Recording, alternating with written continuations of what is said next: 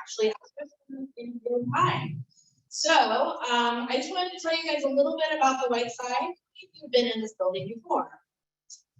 Excellent. How many of you have never been in this building before? Welcome. Thank you for coming.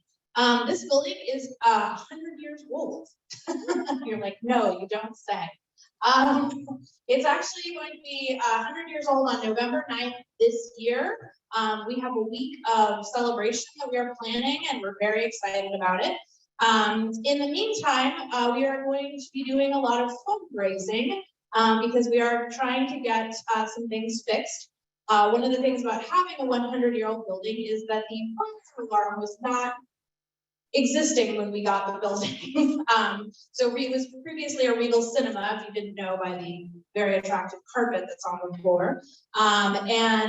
When the Whiteside Foundation took this place over, it was donated to by Regal. They had to put in a fire alarm. Now we're putting a new fire alarm in, and we're waiting for that. So if there is a fire, there's a gentleman sitting back at the, stand up, Charlie. This is Charlie, our safety officer.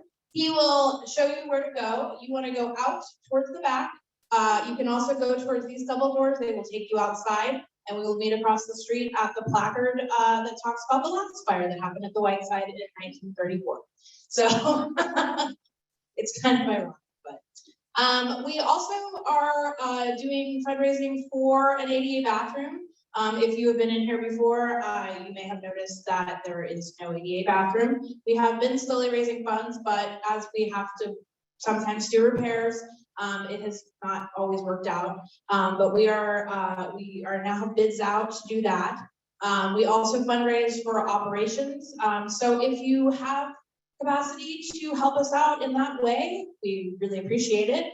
If not, we also do a lot of shows. We do a Wednesday night regular movie, second run movie. We also do live events. Our next event is a Led Zeppelin tribute band. So that should be fun. And then we've got a bunch of other stuff coming in June and through the summer, and then we'll ramp up in fall again. Another way you can support the Whiteside is by becoming a volunteer. It's been really difficult for a lot of nonprofits recently to get volunteers because of the pandemic. It's understandable. So if you have the time, our movie nights do tend to be pretty, not crazy. We had 18 people here last night, so it's not too much exposure. If you have the time to come down and pop some popcorn, we really appreciate our volunteers. So I just want to thank you again for being here tonight. And now I'm going to introduce Robin Davis. She's a small business owner and commissioner of Albany Human Relations and co-chair of the Albany Development. Did I get that right? Oh, community development. There we go, community development. And she'll be moderating this tonight. We have wipes down here if you guys do want to come up and ask a question. And yeah, enjoy your time here.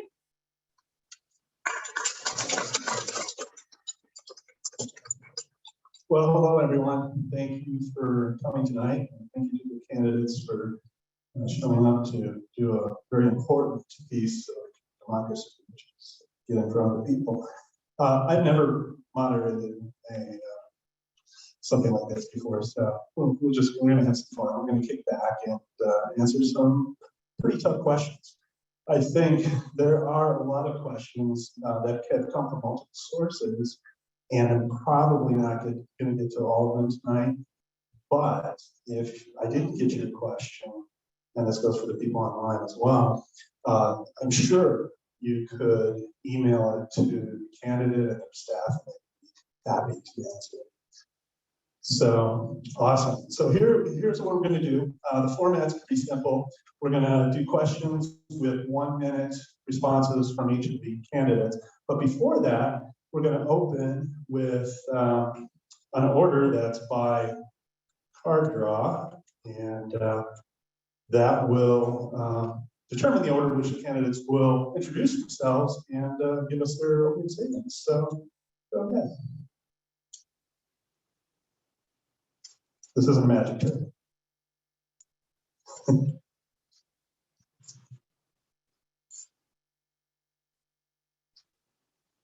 I think there might be too many cards in here too, so we'll figure it out. What's that? Oh, yeah, please do. Yeah, okay. So, who has number one? Let's start us out. Sam. All right, thank you. My name is Dr. Sami Arabroco. I understand the power and promise that our democracy holds. When I lived abroad, I saw direct threats to human rights.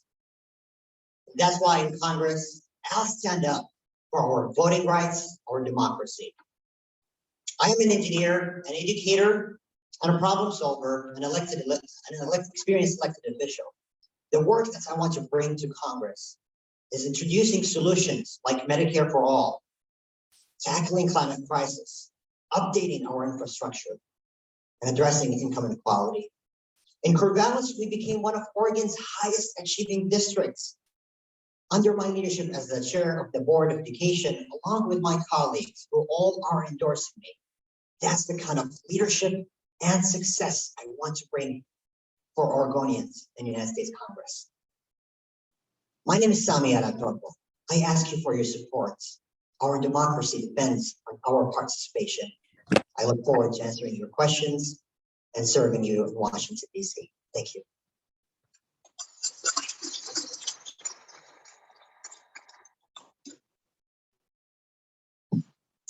Hey guys, my name is Jake Matthews. Just think of the most brown name you can think of, Jake Matthews. It fits like a glove. I used to work for Deval Patrick for governor, John Kerry for president, and also Hillary Clinton for president. And one thing that I realized is that our government really doesn't care about us that much. Right now in Oregon, our district is we have the lowest per capita in the whole state of Oregon at $24,000 per person. Meanwhile, our Congress people make about $174,000 per year, and they're also allowed to engage in something called insider trading, in which they make a lot of money, a lot more than us. And what I'd simply like to do when I get to Congress is to have the salaries of our Congress people be pegged against what the per capita is of the district that sent them to that seat, so that when we suffer, they suffer. When we do well, they do well. That way, it'll actually economically incentivize them to bring in higher paying jobs to our district, so that a rising tide will actually lift all boats. Until then, we'll just get a lot of talk and a lot of cute sayings, but you and I are the ones that'll keep suffering here, and we won't see actual growth until this happens. My name is Jake Matthews. Thank you.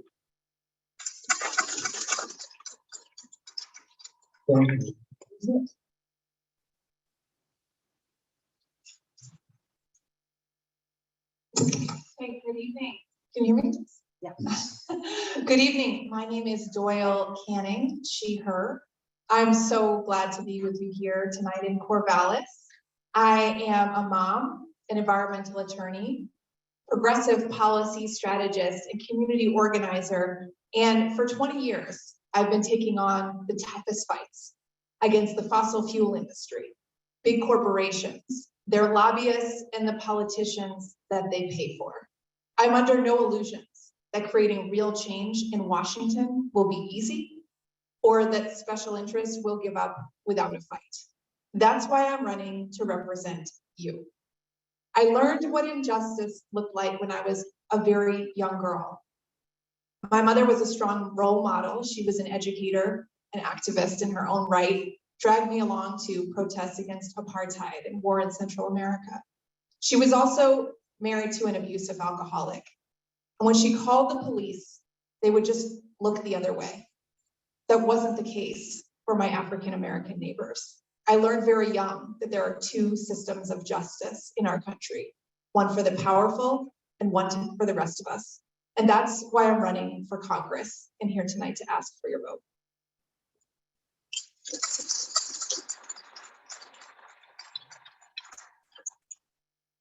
Good evening. I'm Andrew Kallick. I am the son of school teachers. I'm a father of 3 children under 5, former civil rights attorney at the ACLU, and I am bringing this campaign to Congress. I am running to bring an independent mind and a new generation of leadership to DC. As a millennial, I face many of the challenges of younger Americans that graduate from law school with 6-figure student debt, trying to save for a home while paying childcare bills in the thousands every month. And we are among the most lucky millennials you'll find. We are able to pay those bills. But as we know, so many in this country cannot. And we need representation in DC that understands the urgency of the cost of living crisis and takes concrete action to address it. I'm also the member of a generation that's seen politics become increasingly partisan, polarized, and poisonous. It's tearing the country apart, and it's not solving the problems that we need to solve. And so I'm not a member of the political insider club. I'm not a member of the establishment. I'm a proud Democrat, but I'm going to lead with everyone in this district in mind, and I hope to earn your vote. Thanks so much. Thank you. I'm gonna stand up just because of this. I'm kind of folded like a pretzel.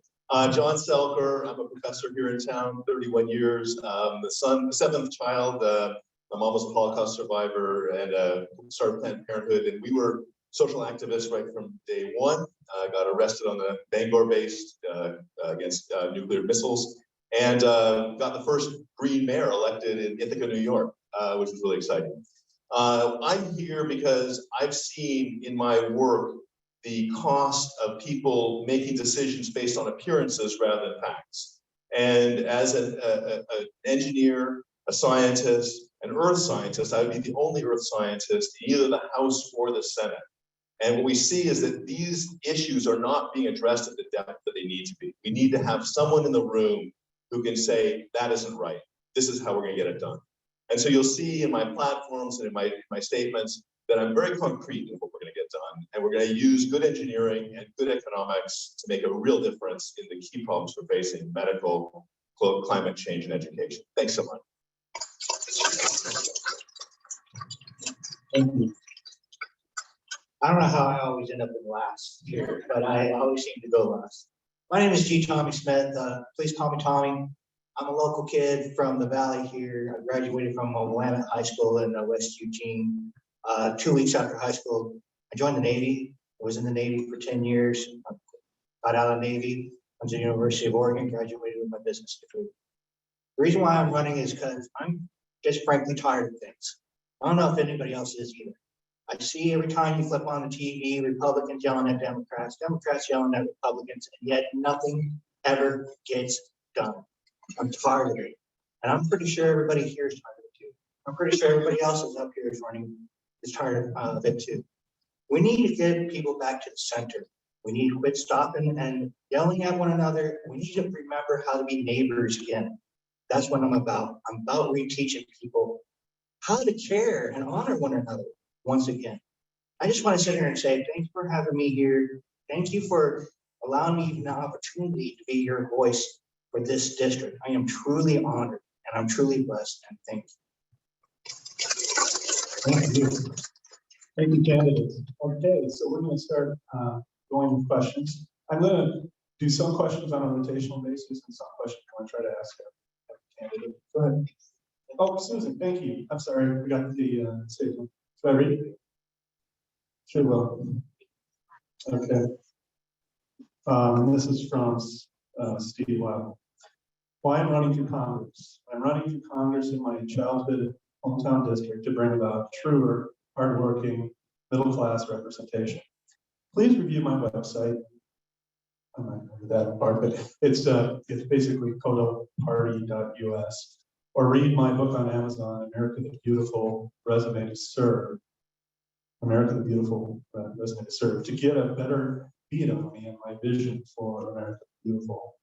Please pay particularly close attention to my innovative brainstorming pages where I designed a few paradigm shifts, such as repurposing the federal government, ending all taxes, personal income, capital gains, property taxes, etc. I'd really appreciate your vote. Please take to social media and post loudly that is the person you want as your representative, because quite frankly, character matters. We simply must stop anointing aristocrats, bigots, and bullies, conspiracy theorists, and obstructionists as our rules. If you always do, as you're always done, if you've always done, you'll always get what you've always got. Steve. Okay, thank you, Steve. All right, so as I mentioned, timing is being kept down there, and we'll just go ahead and roll into questions. Okay, the first question is candidates. do you believe that it is acceptable for members of Congress to own individual or own and trade individual stocks? Mr. Selker. No, I think that conflicts of interest are a deep part of the human experience, that we have friendships and we have interests and we often move on.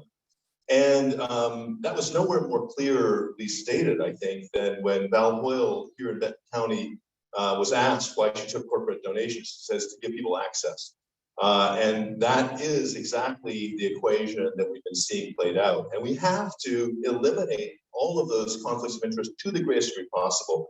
And that also goes into the whole electoral process, that right now we have people running for election who need money to be able to reach out to the 700,000 people in each district. And that puts us in a compromised position. I will say that I've taken no PAC money, no corporate money, all individual donors. I think most people on stage are that way. And so, yeah, we have to eliminate those conflicts of interest at every and all locations. We have to be representing the people, not corporations, not our own personal interests. And so that's an important key. Thank you. Mr. Kellogg. No, of course, members of Congress should not be able to trade individual stocks. Members of Congress should not be able to own individual stocks. This is about not only a conflict of interest, but a perceived conflict of interest. And the fact is that we need to do things to rebuild trust in American democracy, not continue to undermine it. I'm a liberal. As a liberal, I think that government needs to be effective in order to create equal opportunity in this country. And as a result, I care a lot about what people think about the government, whether they believe that it's actually serving in their interests. So no, absolutely not. Congress members should not be able to trade in their individual stocks. They should not be able to own individual stocks. And there should be a lot more reform than that. John talked about campaign finance reform. There are reforms that we need to have to end the revolving door between K Street lobbying and then being a member of Congress. Being a member of Congress is a privilege, an extraordinary. Running for Congress is an extraordinary privilege. And we all need to act like it. Thanks. Thank you. Ms. Cannon. I would, yes, support a full ban on members of Congress owning stocks along with their spouses. Oftentimes the game that's played is so-called blind trust, but the spouse knows what's in it. And that can't continue if we are to have a democracy and not an oligarchy in our country. So yes, I would support this ban, and some members of Democratic leadership in Congress don't. And that's really the difference in this race and the discussion happening in our party, really the fight for the soul of our party. Are we on the side of corporations and billionaires, or are we on the side, on your side, on the side of the American people? And you'll know where I stand. This is where I've always stood. And that is with low-wage workers, with communities, on the side of saving our climate. That's why I have the support of a dozen environmental organizations, leaders, and the same organizations that champion Elizabeth Warren and Bernie Sanders.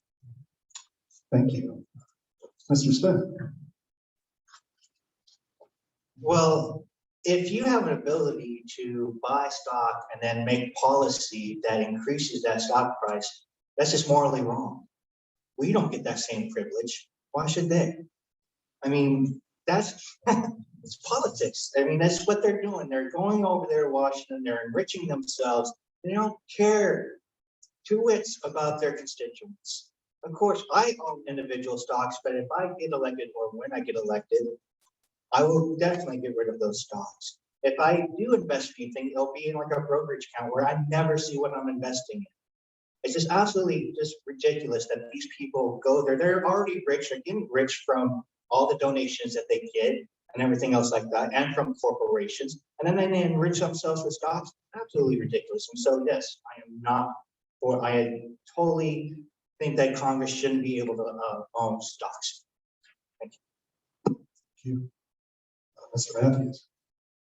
Thank you. I actually can't think of a more critical issue than this, just because all other pieces of legislation are actually being dictated by how much money your congressperson makes. Right now, we have 67 members of Congress who have somehow beat the S&P 500 index. We have 37 members of Congress that have somehow made a lot of money, millions and millions of dollars based on defense spending that they approve of. And this is on the blue side of the aisle and on the red side, doesn't matter. Nancy Pelosi has amassed about $200 million in her years in Congress. Doesn't matter who it is, they are not allowed to do insider trading. And as Doyle had said, they're also not allowed to say that actually it's just my husband doing it, not me. It's completely unfair to you and to me. When I said at the beginning that the per capita of our district is at $24,000, that's not about regular people. 1 out of 5 doctors are now quitting the profession because there isn't enough money being made. We have a rigged economy that's rigged against you and against me. That's it. But our Congress people keep making millions over millions over millions of dollars, and you and I suffer daily. This is the most critical issue out there, right? We need real representation when we vote them into their seats. Thank you. Mr. Oliver. Thank you. And just request not to be real snobby about it, but one of my colleagues said only PhD, so Dr. Sami. I'm sorry, yes. Okay, sorry, just to be clear. I agree, and I think we should really look at public service as public service. If you're going to own stock and have control over legislation and funding and contracts, it's unethical to own a stock and profit from them. So I agree with all of my colleagues, what they said on the stage. And I think we need to have a courageous conversation, as some of my colleagues mentioned, with the Democratic Party leadership. Public service should be public service. It should not be self-service. Owning single stock definitely could introduce at least implicit bias, increases the distrust between members of Congress and individuals. So I totally encourage it and support it to ban trading. And personally, I do not own any personal stock, any individual stocks as of now. Thank you. Thank you. Okay, next question. This comes, I believe, from the audience. What specific policies would you legislate to reverse climate change? And what would be the basic costs and benefits of that? Let's start out with Ms. Cannon. Okay, 1 minute. I do have a TED talk on this subject that's about 18 minutes if you're interested. 1 minute, my agenda for climate change.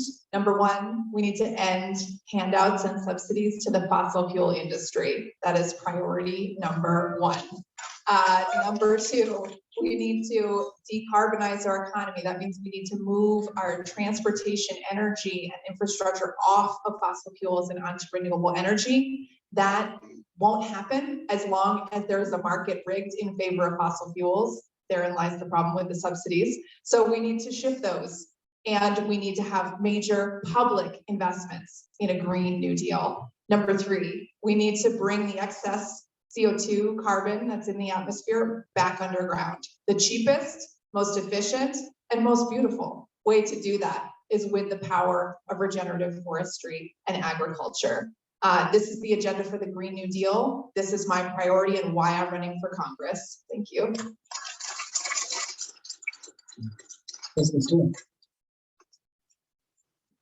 Well, that's a big issue, isn't it? One on everybody's minds. I think about the summers coming up and how much smoke is going to be in the sky. We have a big problem. We have over 6 million acres of land that need to have forest restoration happen. There's way too much dense undergrowth.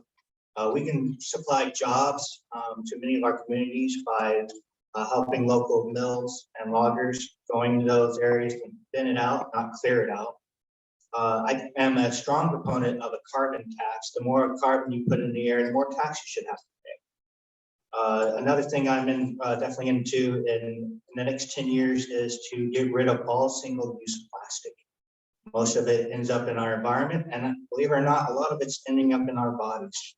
And it definitely needs to change. And those are the few things I really, really want to work on. Thank you. Thank you. Mr. Matthews. Thank you. The battle for climate change will be fought in how we build future cities. So what my campaign is actually proposing is something called a green, renewable, smart city. And this is actually being done all around the world right now in Saudi Arabia, Latin America, and right here in the state of Arizona in the US. And I think that our district can actually get ahead of this and we can build our own. The technology and the economics of this is already about 6-7 years old, so we know what works and we know what doesn't. So we can use that data to build it. These cities will be circular in their waste and not linear as cities are now built. I'm going to read some stats and keep my eye on the clock too. But they would feature eco villas that use 72% less energy than a normal house, 90% recycled aluminum, low carbon cement. It'll create 40,000 new jobs. It'll have a 10 megawatt solar array, which offsets about 15,000 tons of carbon emissions. We can be at the forefront of this. We can be the beacon for the whole country on how to build a renewable city. And this would also raise the per capita to $100,000 by 2030. It's a no-brainer. Thank you. Dr. Madrova. Robin, thank you for prioritizing this question, because without climate justice, we can't proceed as a species. And personally and locally here, we've done really phenomenal work. Let's talk about Solarize Corvallis, the investments that we did through interjurisdictional and intergovernmental investments, where low-income housing, schools, businesses have solar panels that reduce costs and reduce our impact on the environment. That's the work that I'm going to do in Washington, D.C., making sure that communities can have those investments and we can locally build resilient buildings, energy efficient buildings. That's why I've been called a Green New Deal champion in this race, because I am committed to this work. I have done this work locally, and I understand how we can do it. And we need to address the impacts and the effects like wildfires, working with local and state and counties to make sure people are protected from droughts, wildfires, and scarcity of water. I'm committed to this work, and I believe I have the best experience to address it, along with members of Congress. Mr. Sullivan. Yeah, first thing I have to acknowledge is that we've known about this problem for a long time, and the numbers are not getting better, they're getting worse. So we cannot simply stand by and say we're gonna do a little this, a little that. We have to be looking at dramatic changes. And that means, first and foremost, the federal government has to take its responsibility and build the infrastructure crossing this country, connecting electrical systems so that we can effectively make use of non-carbon electrical service. Secondly, we have as lawmakers the ability to make laws. It's a strange thing, people don't recognize that. They think it's more of an ability to spend money. And part of making laws, we can look down at the California case where they simply said, thou shalt, if you're a utility, put in place this fraction of renewables by this year. It was an equation. And they bump, and they are now over 50% renewables. And as a nation, we must do the same thing. We have to put it in place. And so it's not a but or, it's and. We have to do all of the above. When it comes to climate-specific legislation, I agree with Jake and Tommy. The need for a carbon tax and dividend program is essential. It is simple, it is just, and it will help transition to that fossil fuel economy that we all know that we have to get to. But I think what's most important for a member of Congress to understand is that every bill is a climate bill. Every bill is a climate bill. So when the farm bill comes up, when the defense authorization comes up every year, transportation package, housing bills, these are all climate bills. And a member of Congress has to understand where they have leverage. And where we have the greatest amount of leverage, even in the minority part, would be in situations where there are must-pass bills. So in the next Congress, the farm bill will come up. Hundreds of billions of dollars in agricultural subsidies. Right now, tens of millions go to regenerative ag, like Doyle was talking about. That shouldn't be tens of millions, it needs to be tens of billions. If we truly want to understand the scale of this problem, we need to do it at that level. And you need to do it not just on the farm bill, but on pretty much every bill before you as a member of Congress. Thanks. Thank you. The next question. This week we have seen that there has been a leak of a preliminary decision by the Supreme Court overturning Roe versus Wade and the right of a woman to choose to have abortion. As a member of Congress, and we've had this, of course, this right has been trying to federal law for 50 years from that decision. As a member of Congress, how would you advocate to protect the right to choose? And let's start with Mr. Smith. I think we need to add a couple more justices to the court. Anybody else agree with that? Thank you. A couple of people clapped. The court has kind of done us dirty, and it has done us dirty a few times now, with Citizens United and now this. You know, it was all the justices that Trump put into office explicitly said that Roe was set law, that they shouldn't be touched. And what do? As soon as they get the first opportunity, they reverse it, or they're going to reverse it. We need to have something in Congress, an actual bill that goes forth and protects women's rights to choose to do what they want to do with their own body. We don't have laws against men procreating. You know, we don't force things onto them. We don't castrate them if they rape, you know, or chimos. We don't make them do things. Why are we forcing women to have kids that they don't want? It's just, to me, it's sad, it's disheartening, and it takes a great institution that is the Supreme Court and lessens it. And it's just, we need to have actual legislation that protects a woman's right to choose. Thank you.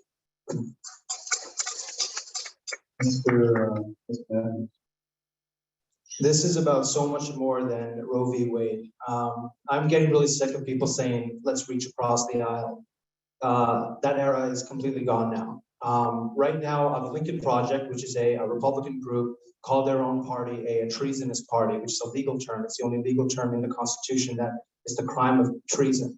This party is not someone that we need to be reaching across the aisle to. This is about freedoms that are so much larger than an abortion bill. We are the only party, we are the only movement that have been fighting for women's rights, minority rights, gay rights, trans rights. We are the ones, you and I, everyone here on this stage. I don't know who we're reaching across the aisle to. And I think this is a rhetorical question that you and I can all think of someone who's had an abortion. I can think of a few. There are friends, there are family, there are loved ones. When they need access to it, they will get access to it in this country. And I'm getting sick of the Republicans standing in the way of freedom. They have the PR campaign that says that they're for freedom. They're not. It's all just words. We are the party of freedom. We are the party of a woman's right to choose what to do with her body, not the government. Thank you. Why should I wait until I'm a member of Congress? The Senate and the House, we have the majority. They can get rid of the filibuster right now and enact Roe v. Wade as a law tomorrow. We can repeal the Hyde Amendment tomorrow. We need that courage to repeal the filibuster for this issue, because abortion is a human right. Abortion is health care. Access to abortion, access to safe abortion is a human right. Access to abortion is a human right. I'm going to repeat that every single time until we make sure that access to abortion is available to everybody, everywhere in this country. That's the commitment I have done.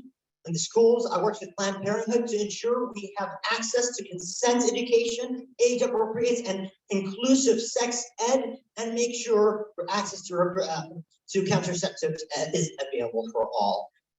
And my commitment to abortion is in front of you here. We're going to make it happen. We need to work together to make it happen, but Congress should have the courage today. Thank you. Thank you, Secretary. Yeah, well, I'm glad you all came, because this is also in your court.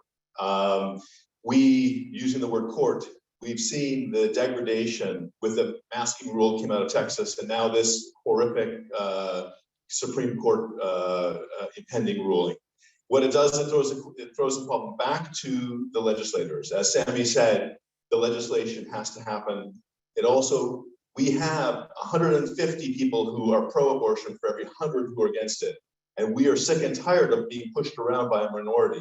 And so we all have to take our power. House bill, I think it was 5517 or 5518, passed last year, which guaranteed a women's right to abortion out of the House. It did not get to a vote in the Senate. And so we have to once again take that up, and we have to exercise our efforts in the Senate if it takes getting rid of the filibuster, so be it. It is stuck in the Senate, and we will again in the House pass that bill and push it to the Senate and get it passed once and for all. Thank you. Mr. Farrell. When I was a volunteer at Planned Parenthood, I would escort women to a clinic for basic healthcare. When I was an attorney at the ACLU, we represented women who were deceived by crisis pregnancy centers. They were simply seeking basic healthcare. This is a basic healthcare question, in addition to being a question of equality, of privacy, of integrity, and of liberty. These are American values. Now, I understand the frustration of reaching across the aisle on a subject like this, or any other with Republican leadership for that matter. There has been essentially no one in that party at the leadership level who has been able to do the same. But I do think it's important to reach across to our fellow neighbors, to our friends, to our family that might have complicated concerns about abortion, who might think it's good in one case, but maybe not so good in another. It's important to treat everybody with respect in that way, so that we can build a grassroots movement to reverse this, because it's not going to happen overnight. You're going to need a big tent to reverse what the conservatives have achieved over the last several decades. And it starts with conversations of respect and dignity with everybody. Thanks. Thank you. Ms. Kane. I'm so glad this came up. The last, what has it been, 48 hours have felt like a kind of nightmare, but one that we knew was coming. When we talk about abortion, I want to think of my grandmother who shared with me in confidence about the abortion she had as a young woman, illegally, clandestine abortion. She took that secret to her grave because she was shamed for her choice. And every year she gave a modest donation to Planned Parenthood. Congress could have codified Roe v. Wade into law at many moments in the last 49 years, but they chose to look the other way. They chose not to. The establishment of our party has been too timid when it comes to fighting for our fundamental rights. And if they're telling you they won't repeal the filibuster, they're telling you they're not going to do anything to protect your rights right now. And so I'm running because I will. Thank you.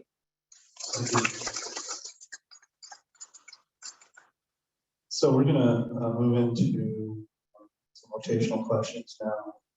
These are all huge issues, so we do have a limited amount of time. I should mention that we're gonna take a break for 10-minute intermission. I did after 7. So, the next question is about homelessness and the effect it on our country, psyche. What are your plans to address this issue from a federal perspective? Let's start with Mr. Matthews, because he's writing. So. No, that's fine. Thank you. Homelessness is a very deep issue that goes beyond not having a job, not having a home. There's a lot that goes on in the human brain with 86 billion neurons that we don't know quite the blueprint of. About 10 years ago, then President Obama gave a small amount of funding for something called the Connectome Project. It would actually map out the blueprint of your brain. So it would help you understand what's going on in your life if you have schizophrenia, bipolar, alcoholism, drug addiction, etc. Without this blueprint, we really have a difficult time. We're actually kind of grasping at straws to help people out. So this is what should be further funded in the long term. In the short term, with the green renewable city that I mentioned, it would create 200,000 homes that cost less than $200,000 each. So there's a way to give homeless people a home. Furthermore, homeless people who have an addiction problem also need to be in a version of rehab that lasts longer than 2 to 3 weeks, because most scientific studies show that if you're in rehab for about 2 to 3 weeks, your cells don't reset enough. So it has to be 6 to 9 months. Without all of these in place, we're going to keep kicking the can down the road. Thank you. Well, let's go with Mr. Kelly next. Homelessness is a function of a series of overlapping failures. And it starts with housing. We simply don't have enough in Oregon. We have the second fewest housing units per capita after the state of Washington, and our housing appreciation is the fourth highest in the country since 1991. This has been a problem that has been long in the making, and our elected officials, particularly at the state level, have done very little to address the need for additional homes here in Oregon. But of course, it's not just an Oregon problem, it's a national problem. And Congress needs to invest significantly more money in permanent affordable housing. How do you do that?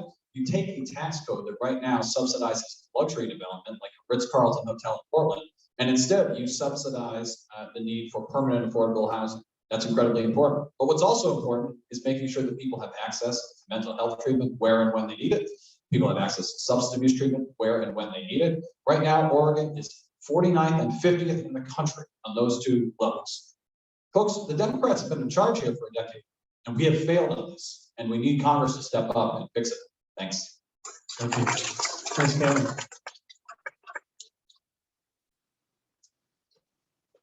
You know, when I talk about housing, I think of my supporter, Ashley, who lives down in Coos Bay. She's being evicted from her home to make way for a commercial Airbnb.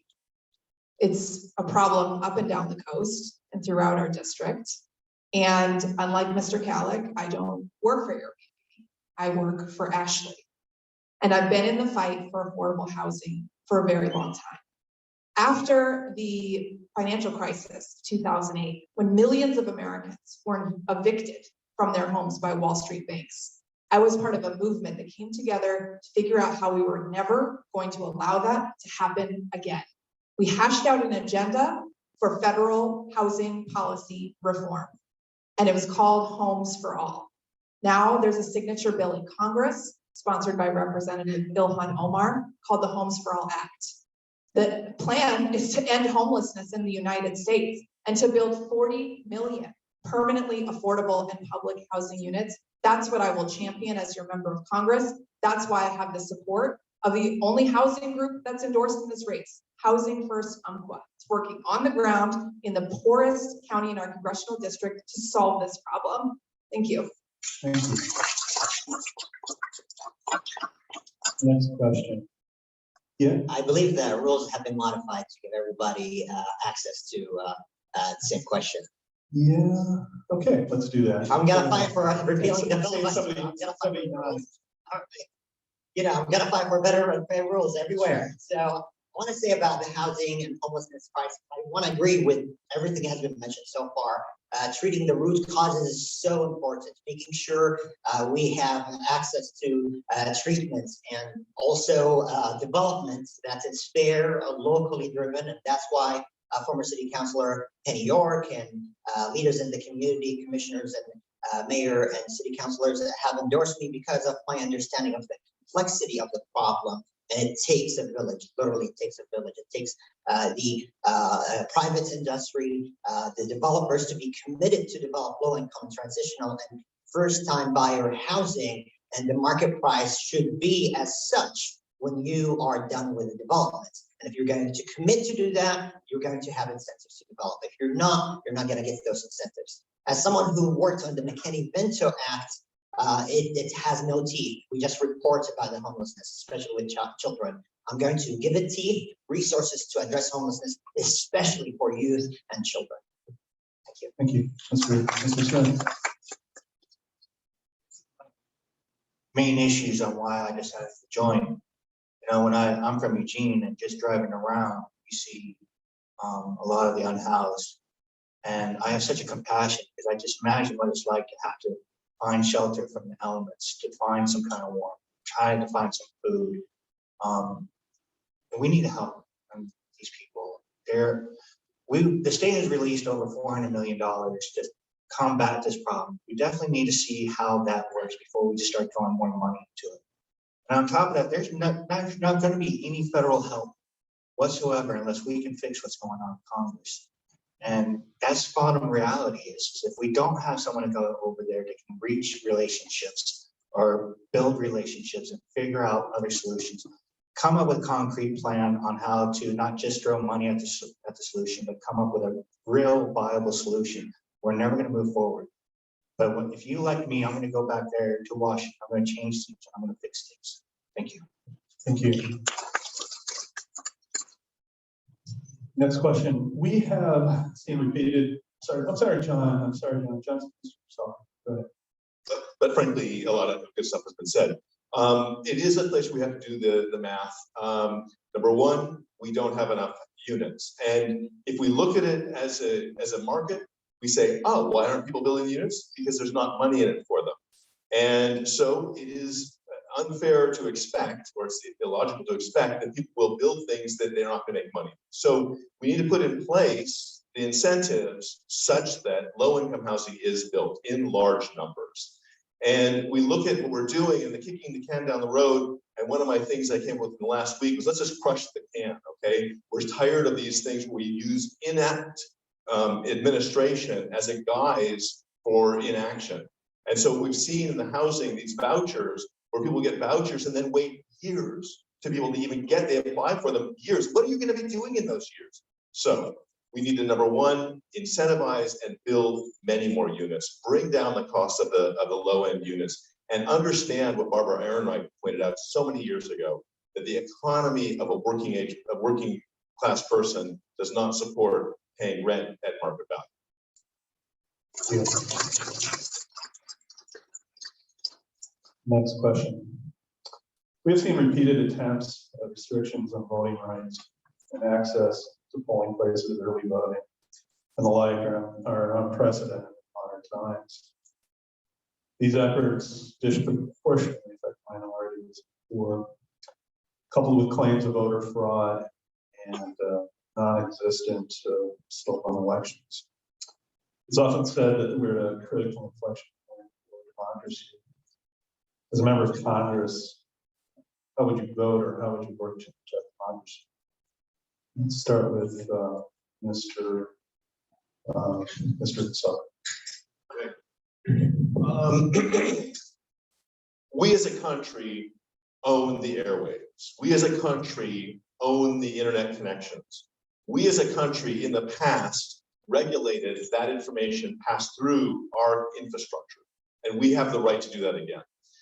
It is fine that anyone can print up a little handbill and stand on the corner and promote whatever illogical, incorrect, or false thing. That's freedom of speech, apparently. It is not obligatory for a country to provide the infrastructure to lie. And so we have to have standards. My mother suffered the consequences of a lack of standards, a lack of truth in Nazi Germany. And reliving the situation we've been through for the last 5 years, is ghastly to me. We have to take control of our infrastructure and put in place truth as an obligatory piece of utilization of our communication infrastructure. Thank you. Mr. Kelly. My firstborn is named Selma. That's an homage to my biggest hero, John Lewis, who nearly gave his life and indeed dedicated his entire life to American democracy, and what he talked about as being the near sacred right to vote in this country. And it is near sacred. This is our secular religion, this democracy. We need to preserve it. And that means getting the John Lewis Voting Rights Act passed, but it also means a whole lot of other things that the Democratic Party is not always great at either. I'll give you one example right here in our state. We like to pat ourselves in the back for vote by mail, and we should. But we've got closed primaries in the state. That means the plurality of voters have no say at all in who gets to be on the ballot in November. Those non-affiliated voters tend to be younger, they tend to be poorer, and they tend to be less white. And the Democratic Party has been just as unwilling to open their primaries as the Republicans. We need people who understand that the democracy is people first, not party first. And I will always, always put that first in mind in Congress. Thanks. Yes, I think we are all gravely concerned about the erosion of democratic norms after the attack on the Capitol on January 6th, which is really kind of test-driven here in Oregon by far-right elements associated with the Proud Boys and 3%ers, elements that associate with the opponent in the general election, Alex Garlatos, and you can count on me to fight very hard to win this general election. Because we will not have a Republican representative from this district who doesn't believe that Joe Biden is our president. That's why we're building a strong grassroots campaign that reinvigorates democracy. You being here tonight is a leap of faith. It is an act of faith that your vote and your voice matters. And I thank you for it. That's what it's going to take to restore the soul of our American democracy. It's also going to take passing the John Lewis Voting Rights Act, Senate Bill 1, and I will support vote by mail, automatic voter registration, and an expansion of voting rights when I serve in Congress. Thank you. Mr. Smith. Thank you. I was waiting for this question. There was no voter fraud, in the 2020 election. I'm a faith-driven person. I believe that God is sovereign. And unfortunately, God did make Trump go into office in 2016. But guess what? God took Trump out of office in 2020. It's as simple as that. And if you have any Christian friends who say otherwise, all you have to do is say that. And you win the heart. And hopefully, you win the hearts. Because that's the main thing. We have a whole side of this country who listen to Fox News, OAN, and whatever talking heads talk about whatever. And they lie to them every day. And if you don't vote for me, vote for somebody who can get on those networks. Somebody who can educate that base on what is actually happening in this country. They are being blinded. We have to have someone who can go on Fox News, who can go on Sean Hannity and call him a liar to his face. People who can go and tell and teach other Republicans about what's really going on. Thank you so much. We used to have something in this country called the Fairness Doctrine. This was repealed in 1987 under the Reagan administration. And what it did is it required you, if you're going to call yourself a journalist, to report unbiased news. You're not allowed to engage in sensationalism, which would hijack the human brain. Since that's been repealed, you get what you get now. You get these journalists that call themselves journalists when they're clearly not. They're creating stories out of completely thin air. They can make up whatever they want. And when you hear it over and over and over again, what it's doing over the years is it's leading us to this level of complete mass psychosis that we don't even know we're in, but we are in it. And like the history books will look back and say these guys were in a level of complete mass psychosis that they were completely unawares of. We need to bring back the Fairness Doctrine. What it would do is it would then require any news source, Fox, CNN, MSNBC, it doesn't matter. You can only report the news, fact-based, otherwise you get to be sued. This is what happened with Lou Dobbs, who claimed that the Smartmatic machines were fraudulent. Now he's being sued for $2.7 billion with a defamation case, and he's off the air. We need the ability to sue sensational journalists. Thank you.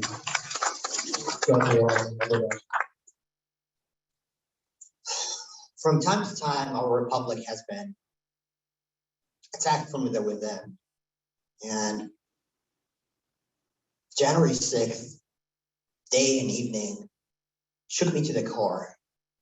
I called the community leaders, about 80 or a little bit more, and we made a statement before the events of the evening concluded that this is wrong. Our country should be civil. Public rhetoric should be civil.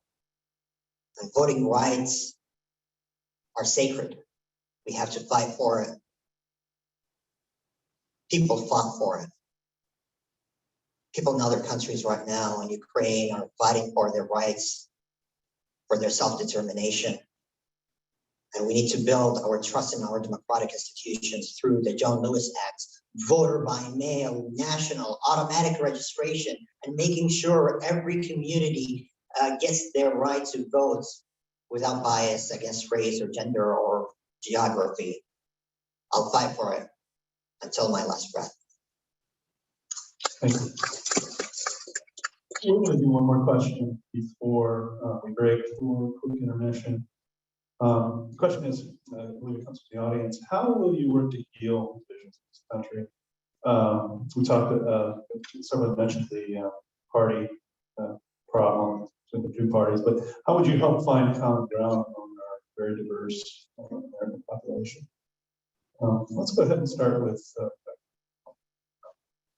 Thank you. In the same breath that I ended in my question, the last question, I'll say, when we have conflicts here locally, we ask ourselves, what's best for the kids? Is this adults drama or is this children problem that needs to be fixed? As you're a member of Congress who is actually an engineer and a public servant, I'm going to focus on the problems.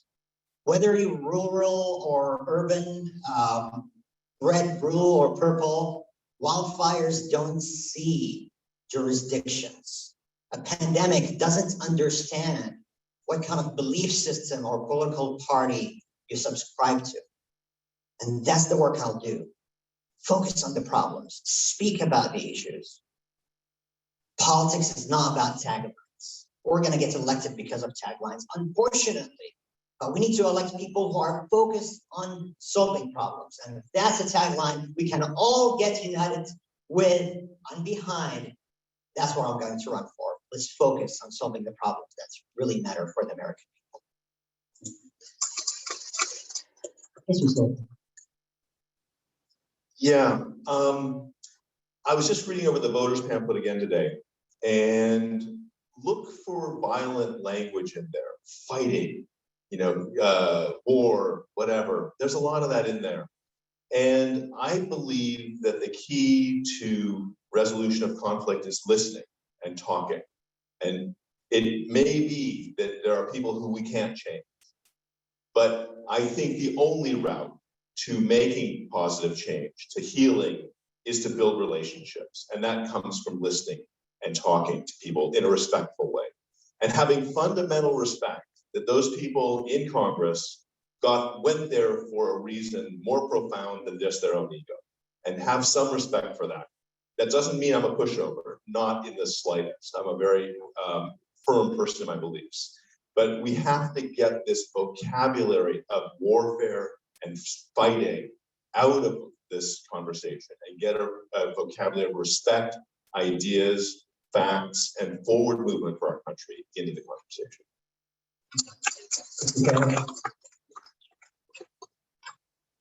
I think the first thing you have to do is show up. Most of us have shown up tonight. There were a couple of people who were invited who haven't shown up a couple of times, who always show up for the donors or the insider event. They don't show up to talk to you or to listen to constituents. That's a pretty big deal because people expect politicians to not show up. People expect politicians to not lead with humility. People expect politicians to take all the credit, none of the accountability. The old phrase, the buck stops with, that should apply to all leaders, not just the President of the United States. And so what I've been doing during this campaign is been going to every single city, big and small, from tiny little Elkton to my own hometown of Eugene, okay? Talking to voters on their doorsteps. And sometimes they will tell me straight out something that I disagree with. Happened yesterday in Eugene. Somebody told me they didn't believe in the vaccine mandate. And I told that person, look, we're not going to agree on that, but I can understand where you're coming from. We can talk through it and we can find some piece of agreement, some consensus that we can work together on. That's how you rebuild this fabric of democracy, one conversation at a time. Thanks. Okay.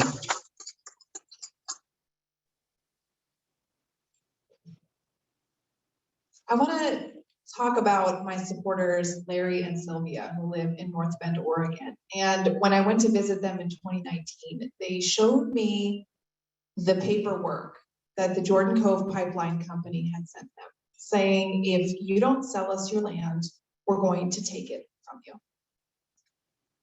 And we talked together about what we had to do to stay in the fight, to fight back, to stop a fossil fuel company from bulldozing 200 miles across Southern Oregon. And you know what? We built a coalition. And everyone in the path of that pipeline knew the future of Southern Oregon was on the line. Republicans, Democrats, independents, seniors, students, tribal communities, fishermen, all coming together from Ashland to the Oregon coast, from Portland and Eugene and Corvallis, all the way down to Curry County, to come together to stand up for our future. And though that's the kind of coalition that I will build, because the divide that worries me most is the divide between the haves and the have-nots. Okay, and that's where we can find a lot of common ground. And that's the common ground I've been building in unconventional coalitions to take on special interests and billionaires for the last 20 years. And that's what I'll do when I serve you in Congress. Thank you.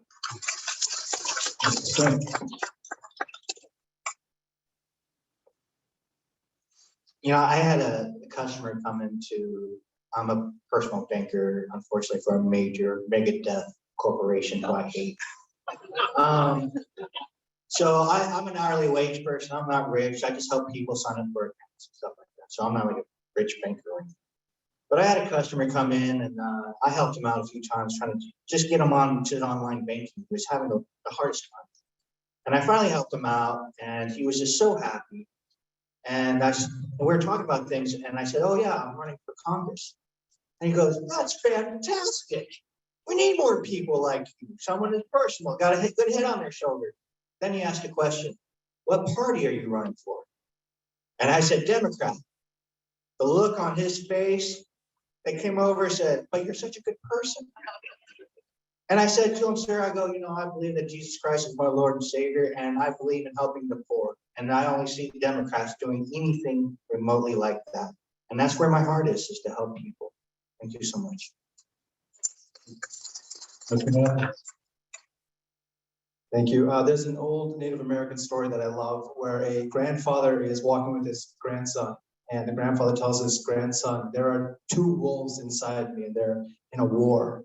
One wolf is full of hate, anger, envy, xenophobia, racism, anger, rage, everything. The other wolf is full of love, compassion, forgiveness, mirth, and happiness. And the grandson asks, which wolf wins? And the grandfather said, the one you feed.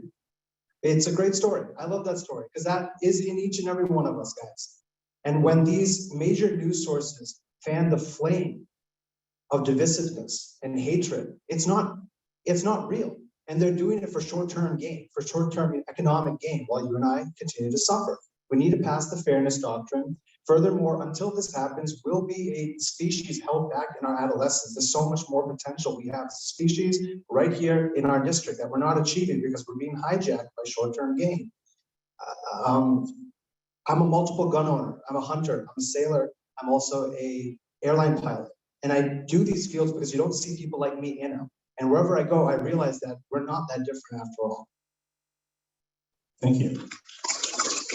Thank you all. We're going to take a quick intermission here. I think it's 7:07, if I'm reading that correctly. So we're going to come back at 7:17-ish and resume. Thank you so much. Any questions that you want me to take up to the stage? I'm happy to collect them. Up in the air and I'll come get them. There are beverages upstairs.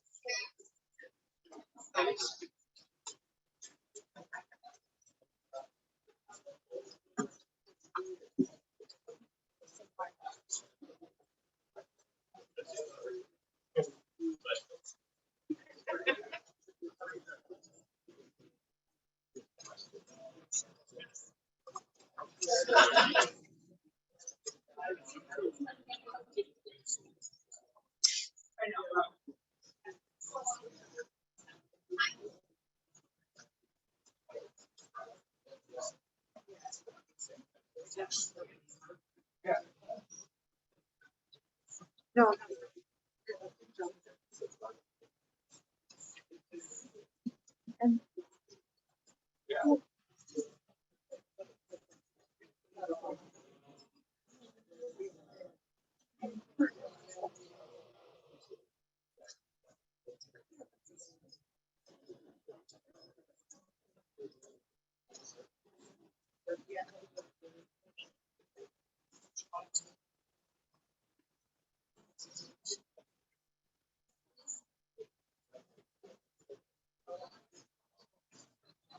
Right.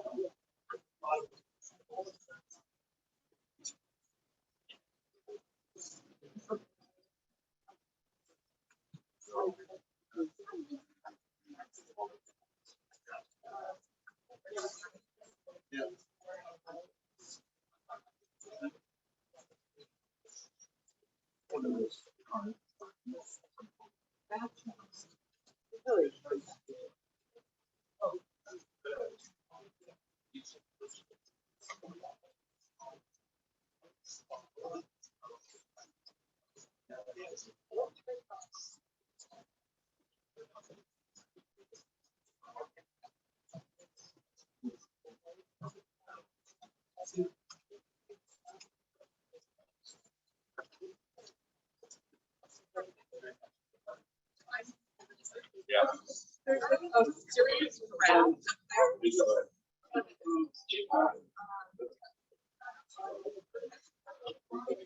Okay. I'm trying not to show. Yeah, let's start.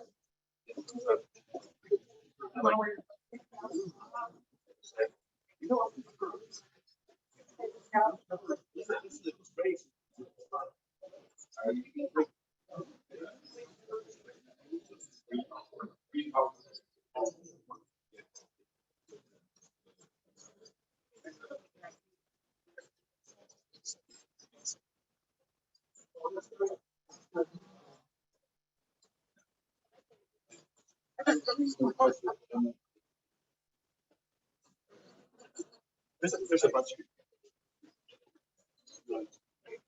Oh, I see. Wait.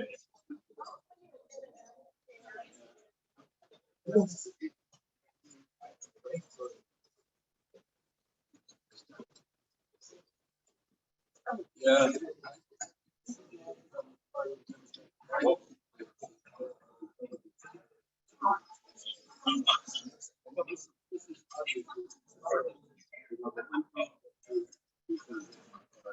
This doesn't show up here because she knows that she's got the inside track. And then you slip the progressive off.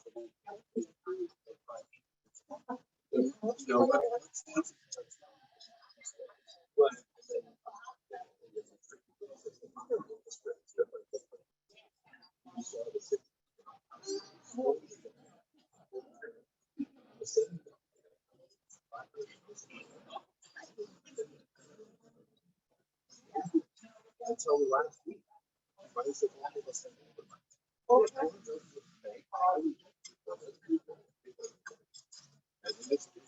Okay, yeah, you're gonna wear it.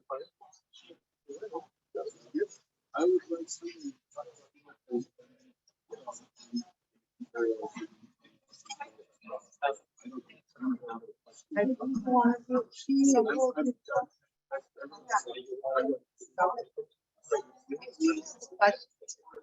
I would have actually liked Great, okay. rotate questions. Okay, thank you very much. How are you doing? Real good.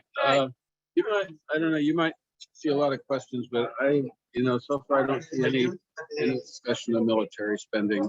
And maybe there are questions there are questions already, but anyway, if you can make sure that issue gets addressed, I appreciate it. Oh, sorry. There's a batch of questions I can sort into stacks of similar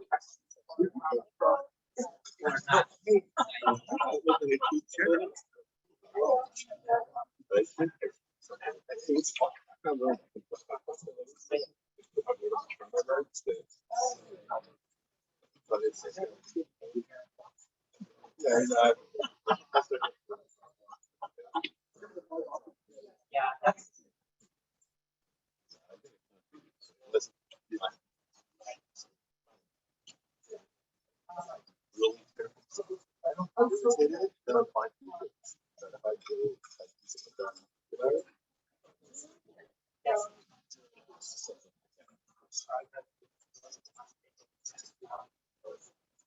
How you doing? Good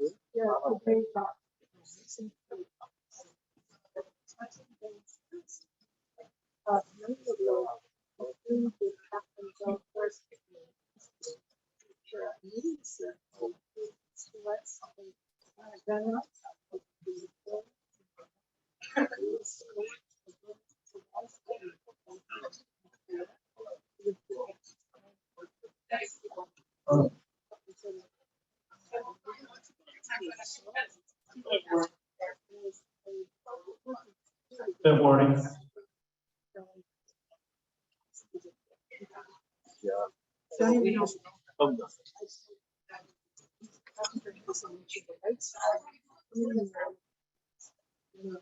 The owner's coming back.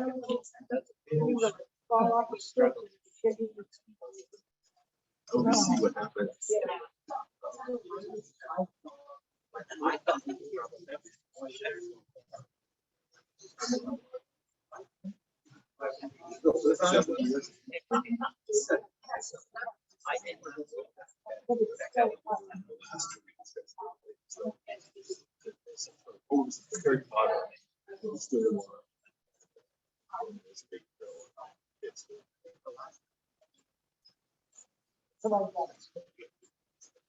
I got it. Okay.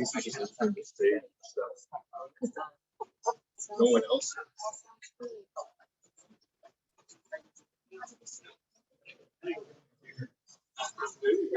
Relax. I mean, why not? No? Maybe just make it fall.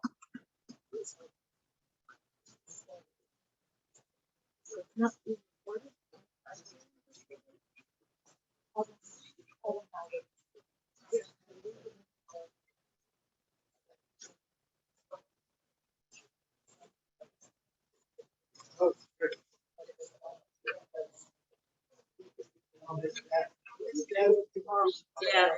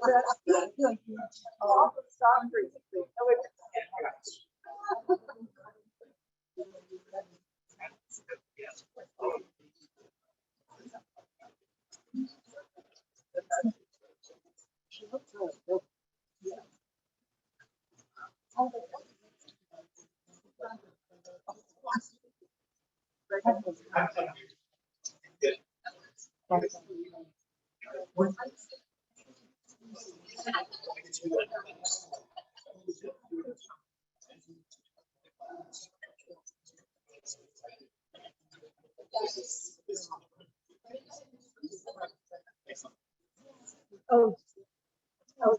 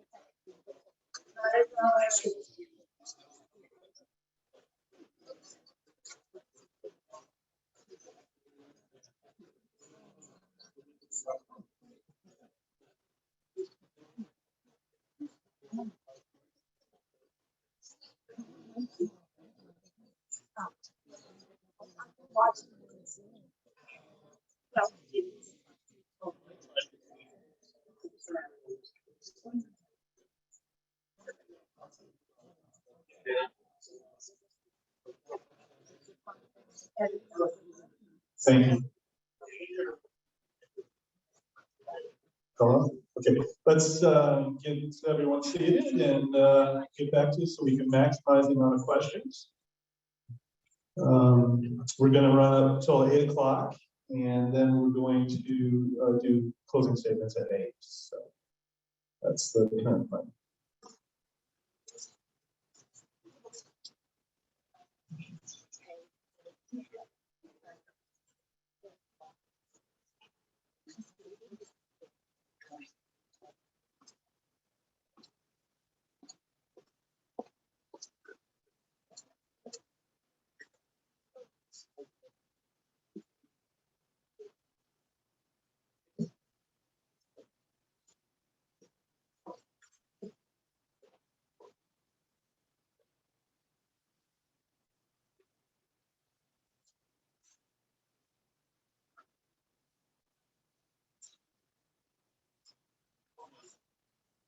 Okay.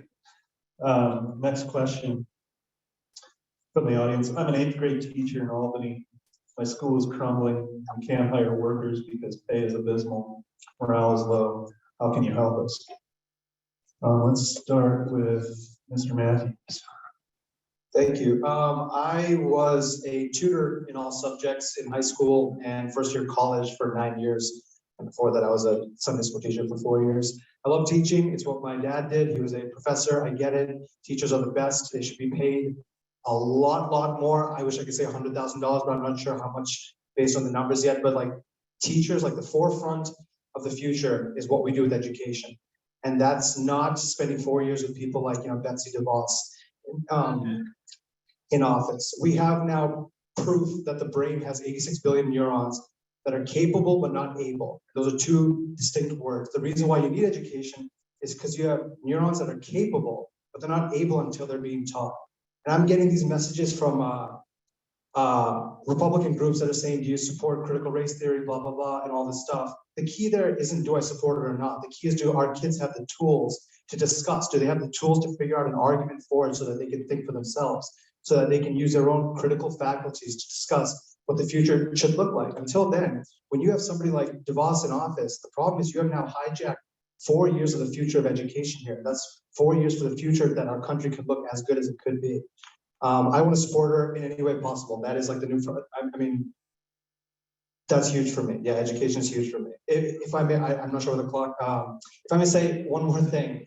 I had Black students and white students, and the key difference that I noticed between my Black and my white students was when they graduated and I asked them what do they want to be when they grow up. My white students can name 300 jobs. My Black student can probably name 3 at most. That's a key, huge difference that we need to concentrate on because they think that their economic outlook is that much more useful. That's what they're learning in school. They don't feel equipped for the future.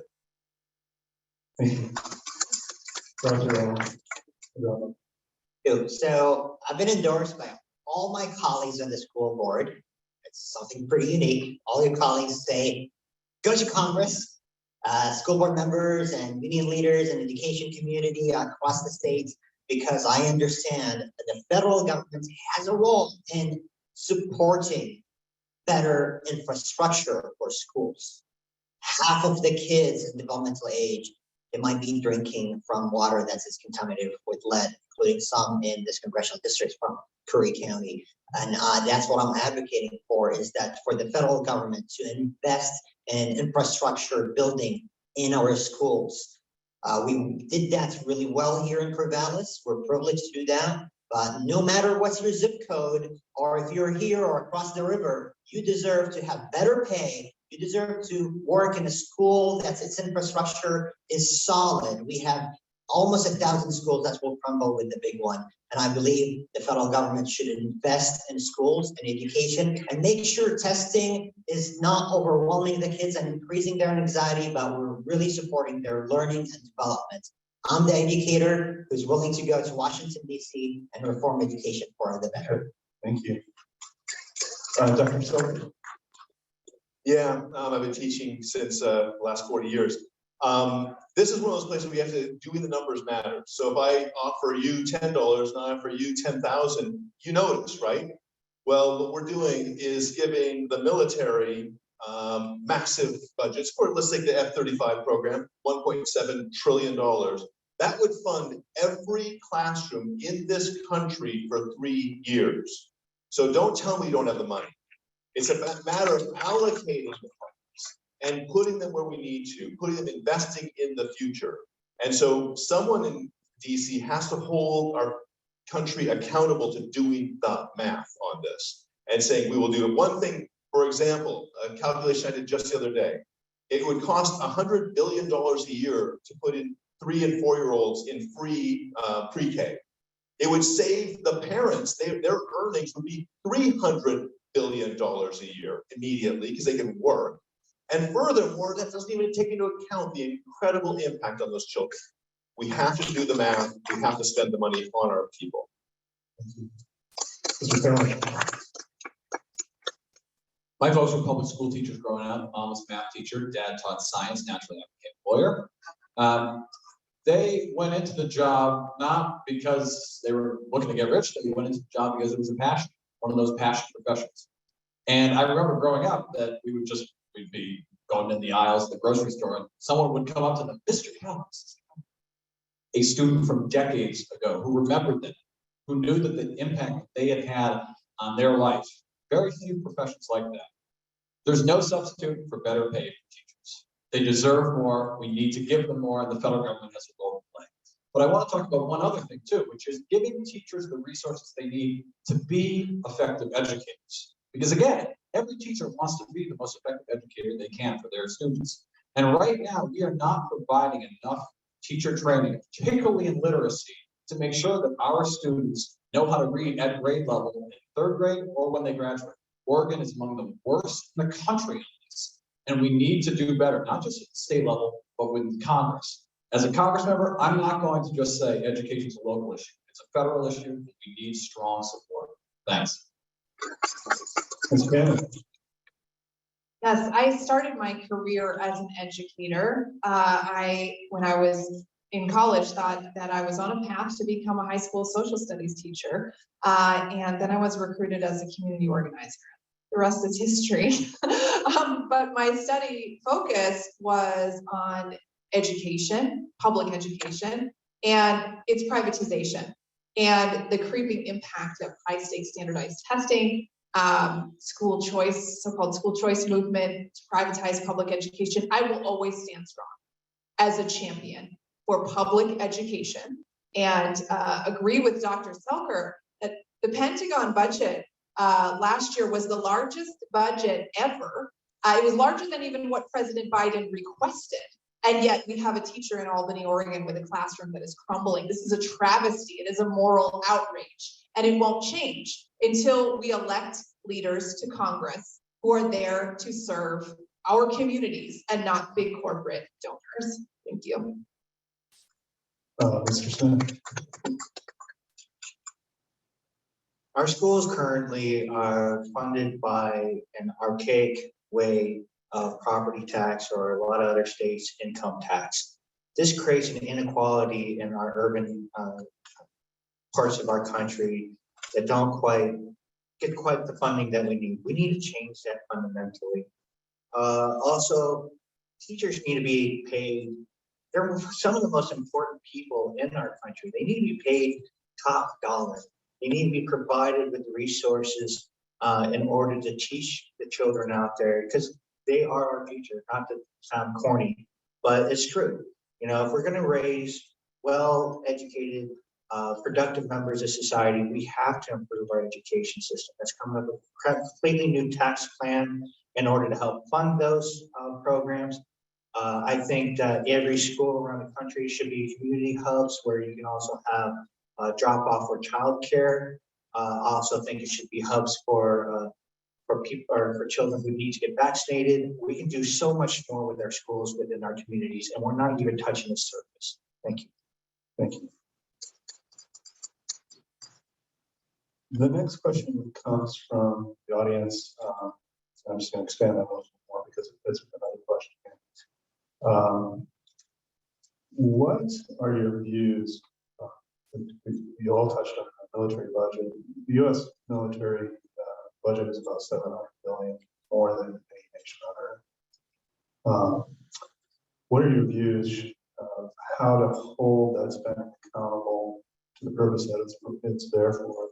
And then secondarily, or the second part of that is, do you agree with this administration's efforts to what they've been doing in Ukraine to protect that country? And so I'm trying to combine two here. So let's go ahead. Start with Mr. Smith. As a former military member, I served 10 years in the Navy, and I wasn't your typical sailor.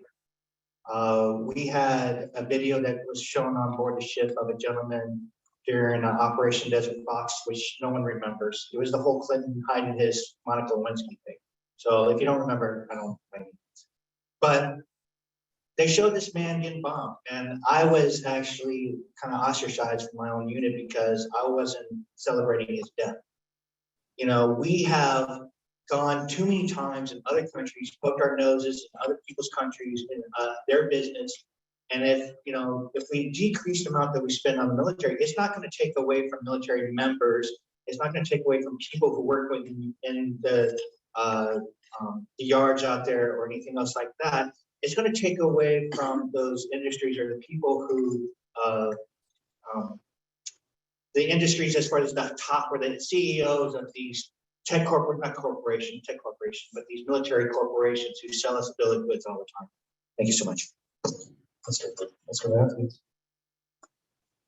I've been working with a family in Afghanistan. There are 4 children that I know of that are set for execution by the Taliban. They're in hiding now with their dad, and their mom was shot to death, and the baby was shot in the leg 3 times at 2 hours old in the maternity ward.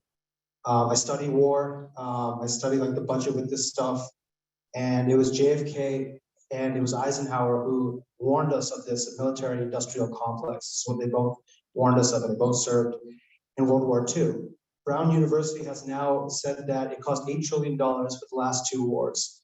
That has killed thousands of our brothers and sisters, my friends, and hundreds of thousands more in Afghanistan and in Iraq, which created a power vacuum in Iraq that created ISIL. For someone to tell me that a budget of this size is necessary is a complete lie. It's a sham. They're trying to pull the wool over your eyes here. We do need a military budget, obviously, but not to this scale and not for wars that we can't win. We have to know going into it when they lied about things like weapons of mass destruction, what the real intent is. They fooled our Congress and they fooled us too. These people need to be held accountable. Furthermore, the future of war will be done for the most part online with cyber, malware, things like that. And it won't be fought on the ground. Thank you. Dr. So I do support, I'll continue actually the path of our Congress with Great Congressman DeFazio, supporting accountability and oversight over military spending. We need to be efficient government, including in our military spending. We need to stay strong, continue to be strong, but it's just not right to be spending 10 times more than the next 10 countries combined. However, as my colleague mentioned, the next wars are going to be more complicated, complex, and cyber. We need to advance our spending into ability to protect our country. Our critical infrastructure is going to be under threat if we don't upgrade our strengthen our infrastructure. To this next part of the I question, we need to stand up with the Ukrainian people, open our arms to their refugees, and to provide arms to those who need to defend themselves. Because if we don't stand up with the most vulnerable countries and nations and communities, others will be under attack, and we need to stand up for our values. I'll oppose war, unnecessary war. I'll be a proponent of de-escalation, but we need to lead with peace. Thank you. Dr. Selker. Yeah. We built the Seawolf submarine that the military didn't want. Why'd that happen? It happened because a bunch of congressmen got elected based on putting jobs in their districts. We built the B-2 bomber, the B-1 bomber, years after it had been canceled. It was a useless tool. Why did we build it? Not for the military. We see the conflict in Ukraine, and we see the role of defensive position, where a defensive position is able to confront an offensive position these days. So we see that we are spending money not for our defense. We're spending money to put money in the pockets of people. Our budget at $700 billion, you think that's bad, but actually that does not include the cost of the interest we're paying on those loans we took out to do that, nor is it including the cost of veterans benefits. And so the people whose lives got broken are not included. So we have to take a fundamentally different position on defense, on being accountable to the dime for each of these programs that is there for a specific and useful reason, which is hard to say with military that's useful, but anyway. As a member of the Truman National Security Project, one of my roles has been to help develop a progressive national security agenda. That agenda almost always leads with investments in our diplomatic corps, investments in strategic alliances like NATO, the United Nations, and beyond. These are incredibly important. And for those bodies to succeed, America has to lead. And that's why part of this progressive national security platform includes a strong American military, not just a strong American military, the strongest military in the world. Do we have to spend $700 billion a year to get that? Probably not. I mean, for all the reasons that have been articulated, there's all sorts of bloat that's manufactured from the corporate, the military industrial complex. But we have to be ready to defend our allies. Were it not for us, Ukraine would be in an even worse situation than it is right now. And so I do think it's important not only for us to have that military that we can respond when necessary in situations like Ukraine, but to have investments in our allies after the war ends. So after the final bombs have been dropped in Ukraine, we need to help them rebuild. That's what an ally does, and it's what the United States is called to do on the world stage. Thanks. Ms. Cannon. Yes, I will stand strong as a champion for peace, as I have throughout my entire life. And I think what we're seeing in this discussion is a common theme of corporate power and the incredible influence. You know, the biggest lobby, you would think it would be the fossil fuel industry. It's actually the defense and weapons maker industry. And I will never take a dime from defense contractors or those who profit from war. I will do everything in my power to crack down on the revolving door between the Pentagon and the lobbying shops for firms like Northrop Grumman and Raytheon, because that's who's running the show, drafting these budgets for our US military, and that's what needs to end. I have the support in this election of the only veterans organization that has endorsed common defense. It's a progressive veterans organization. I've been working with veterans who have come home from Afghanistan, Iraq, and the so-called war on terror for the last 20 years. I will stand with them to fight for the benefits they are owed and to prevent future wars like that. Thank you. Next question. We have seen discriminatory efforts to erode the civil rights of LGBTQ plus citizens at an alarming rate in some states, and the previous administration made several attempts to do the same with various federal directives and executive orders, such as the attempt to ban transgender individuals from serving in the military. How would you use your influence and vote to protect Oregonians from these efforts, and would you be a proponent of further federal legislation to guarantee civil rights in areas such as employment, education, etc.? Let's start with Ms. Canning. Sure, and this is particularly relevant as we're seeing what is happening with the Supreme Court draft opinion on Roe. It has sweeping implications for the Obergefell decision and other decisions that rest on the right to privacy. The Equality Act has been foundering in Congress for years. It's time to get it done. And if we have to repeal the filibuster to get it done, that's what we've got to do.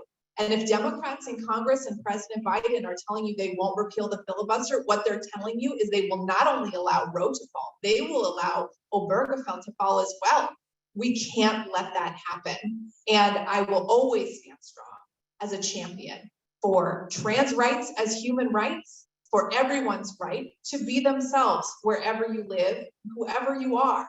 This is fundamental. This is about freedom in our country. And there's a far right minority that is trying to take that away from us, but we're just getting started and we're going to keep up the fight. Thank you.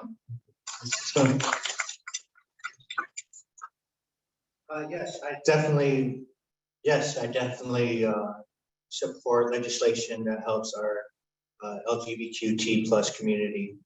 I can't imagine our government or the right, how they shame people or how they just corrosive division using this topic. You know, you should have the right to love who you want to love. You should have the right to be who you want to be. And I am definitely for that. Thank you. Thank you. Mr. Matthews. After the Pulse nightclub shooting in Orlando several years ago, I made a film in support of LGBTQ rights called The News Today. It was during my years where I wasn't working in US politics, so I tried to contribute in some form. And as I studied these things, you know, more and more, you ask any Republican what this is. It's called the bed nucleus of the stria terminalis. It's called the BNST. If they don't know what that is, they're not allowed to discuss trans rights at all. They're not allowed to discuss gay rights at all. It's literally just a neuron that we can study to see how complicated we are. And overwhelmingly, scientifically, we've seen that if that neuron is a certain way, a certain person will be trans. So to have somebody like Governor Ron DeSantis says that he knows what's best for this person, don't say gay. He's taking shots in the dark. He's grasping at straws here. He's completely playing politics at the sake of the tragic life of somebody who wants to be trans and can feel it inside their body but can't express it because the Republican law is saying that they can't do it. It's unfair and it's tragic. And it's going to be an embarrassment on us that we never studied these things as a species. Dr. Robin, thank you. Before I talk about how I will lead, I'll share how I have led on this work. And I want to acknowledge community leaders and public servants who are doing this work in our municipalities, schools, and communities here in Oregon. Thank you for doing this work and leading on it.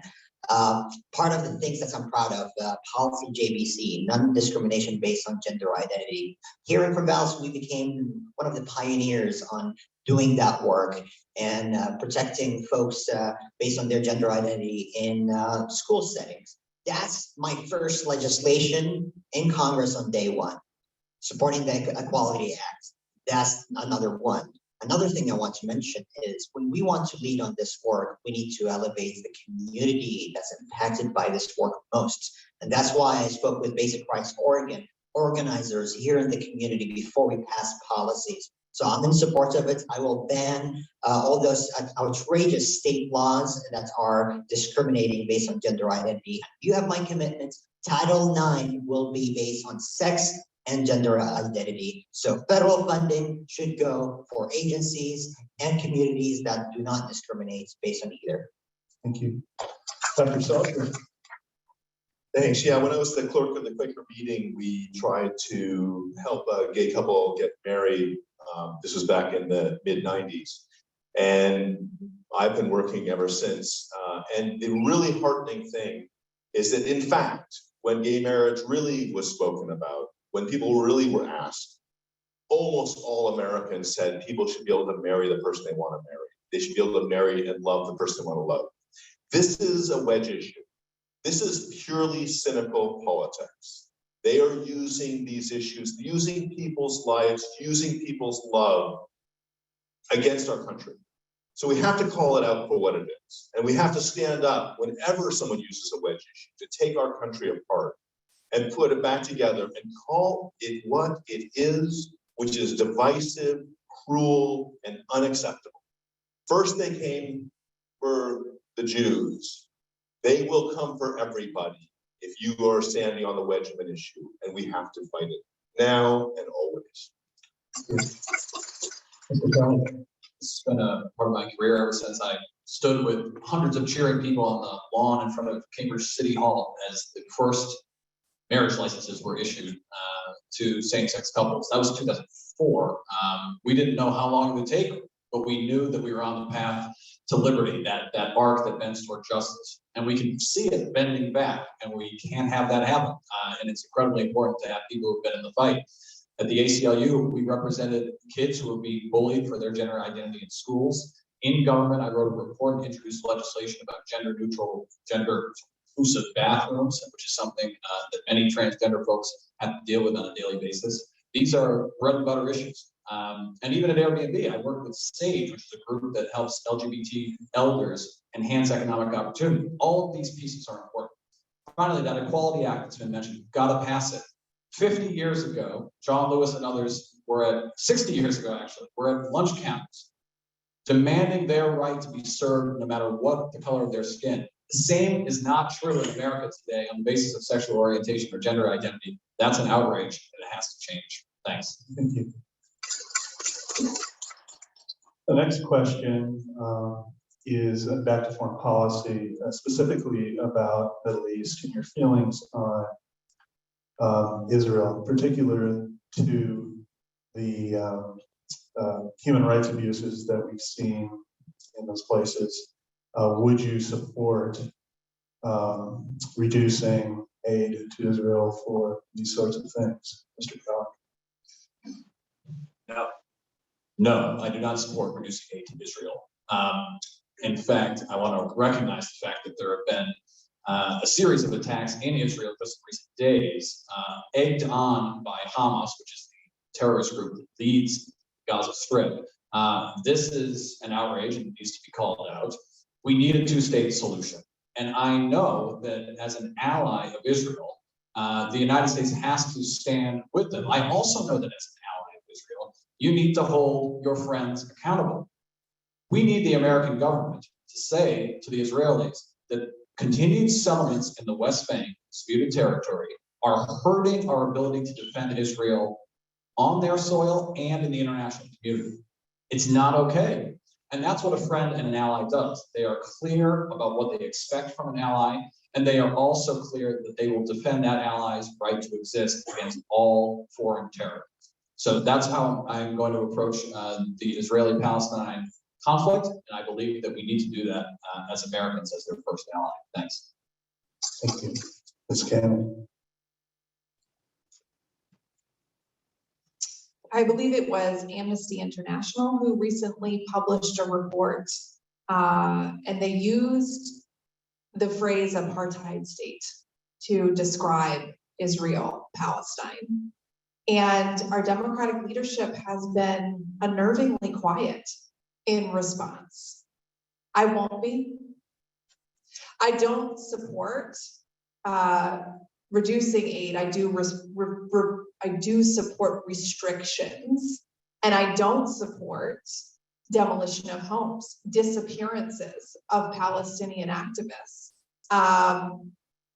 the open air prison-like conditions that currently exist in Gaza. I believe the United States has a critical role to play in leadership, in restoring peace and justice to the region. And I believe in the United Nations. I believe in the power of diplomacy and brokering a solution. I think we can get there, and I'll always work towards peace. Thank you. Thank you. Mr. Stone.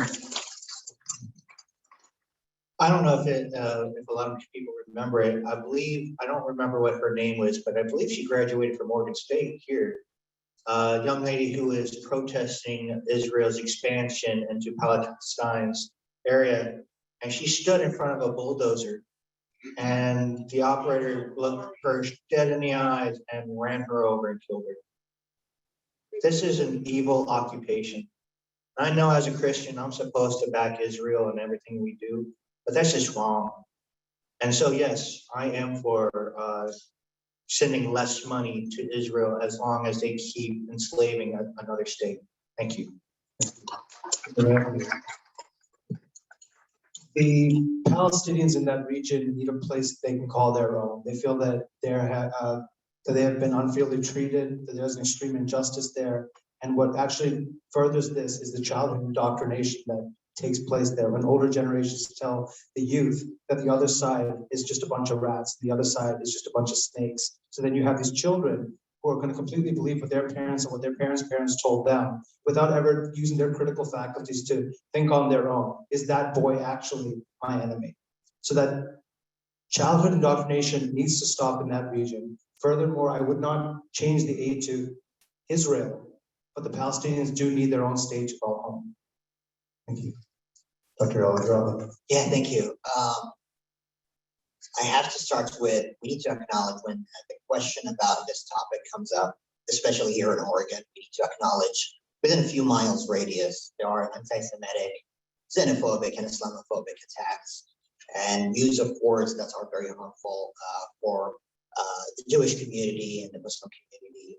And we need to stand very firm and strong. That's our discussion about that foreign policy and standing up for human rights of Palestinians and folks in the Promised Land is not going to let us here allow any xenophobic or anti-Semitic attacks. I want to make sure we're firm on that. We have local responsibility on holding ourselves accountable. At the same time, we need to hold our partner in democracy in the Middle East, Israel, accountable, investing in education, economical development, and setting standards that the people of the Palestinian people are treated fairly. I think the partnership and the investment is what will lead us there, not the divestment. Thank you. Thank you. Dr. Rousseau. This is a very complicated question. My family, of course, were Holocaust survivors, and I've been one of the lead scientists studying the Dead Sea and understanding the dynamics of the Dead Sea. So I've actually visited quite a few times. When I go there, I make a point of going to some difficult places. And so I've gone to Hebron and walked children through checkpoints, and I've seen the horrors of the current situation firsthand. We need to shine a very bright light on those horrors. We need to make it very difficult to continue those horrors. That said, it's like you're being honest to your friends. We have to be extremely honest to all of our friends and have our own integrity. But it's absolutely true that our relationship with Israel gives us the ability to shine that light and to bring that country to be its best self, which it is not currently embodying. Thank you. Next question, pretty simple one. Well, will you endorse whomever is the winner of the Democratic primary? Support and endorse. We're starting with John, Dr. Well, we know who will be running against, and we will find that our candidate will be absolutely essential to get elected. And we will do that which is needed to get that person elected and join together to make that happen. That said, we will hold, like we said about shining the light on Israel, we're going to shine a light on our friends. And we're going to say, if you're going to take cryptocurrency money, where every transaction is a ton of CO2 released, this is not pro-climate protection. We're going to shine a light on these issues. We're going to shine a light on the fact that Val's not here, if she were the one we had to support. And we're going to say, that's not democracy either. Show up. And so, yes, we will pull together. We're not going to let Trumpian take this seat, but we're going to shine light where it needs to illuminate. Thank you. Mr. Bell. I grew up in Massachusetts, Red Sox fan here in Oregon. And as a Massachusetts guy, I grew up in a state that often had Republican governors, still does, with Democratic legislatures. And I had voted for Republicans in the past. But the Republican who will be on the ballot in this race is not an old-fashioned New England style Republican. He's a Trumpist. He is. Talks about it. Doesn't, you mentioned earlier how he rejects the results of the 2020 election, doesn't wage. We've seen what he believes because he ran last time. And so I do believe that even though there is a clear distinction between candidates in this primary, there will also be a very clear distinction between whatever candidate wins this primary and Alex Skarlatos in the general. And I'll be proud to cast my vote for whoever wins this primary against Alec, because he is exactly what the country does not need. Okay. Sure. I want to talk about who we're running against. And that is a hand-picked, billionaire-backed establishment candidate boosted by a dark money super PAC with ties to Trump world. And I'm not talking about Alex Skarlatos. I'm talking about Val Hoyle, who's not here tonight.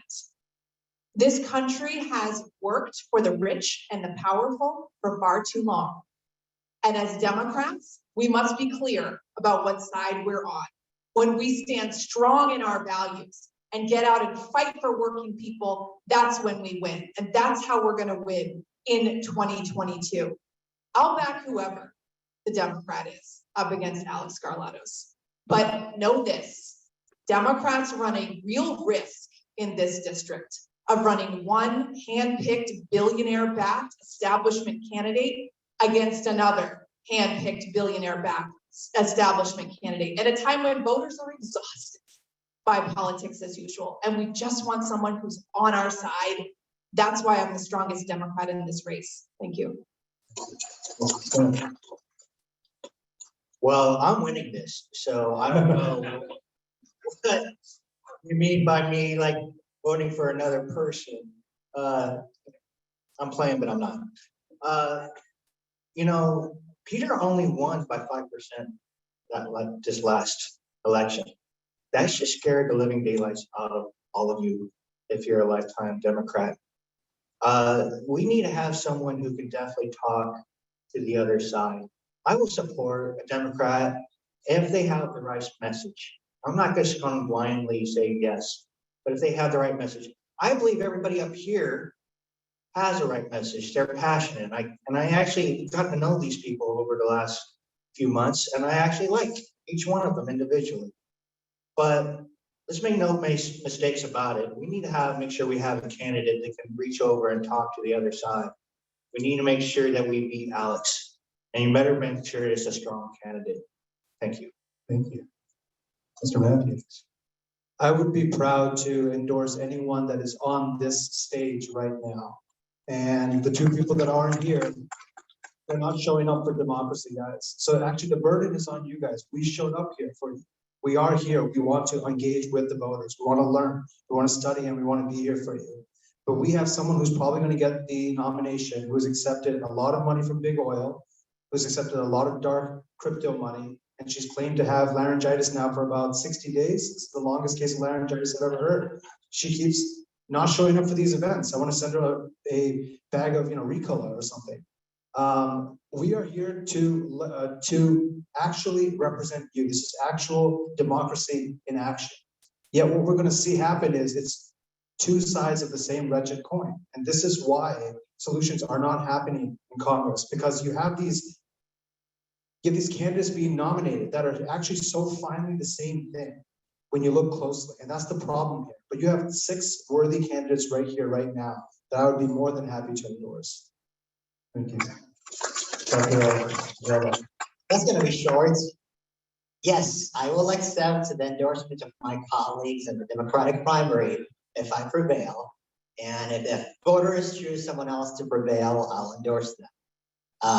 Yesterday, I shook hands with my Republican opponents, and I took it on myself never to name any other opponents. I'm running for Congress. I'm not running against anybody else, but this is going to be an exception. I saw my Republican opponents in a room full of folks who are talking about fisheries and offshore wind energy in North Bend and Coos Bay, and they came from all around the coast.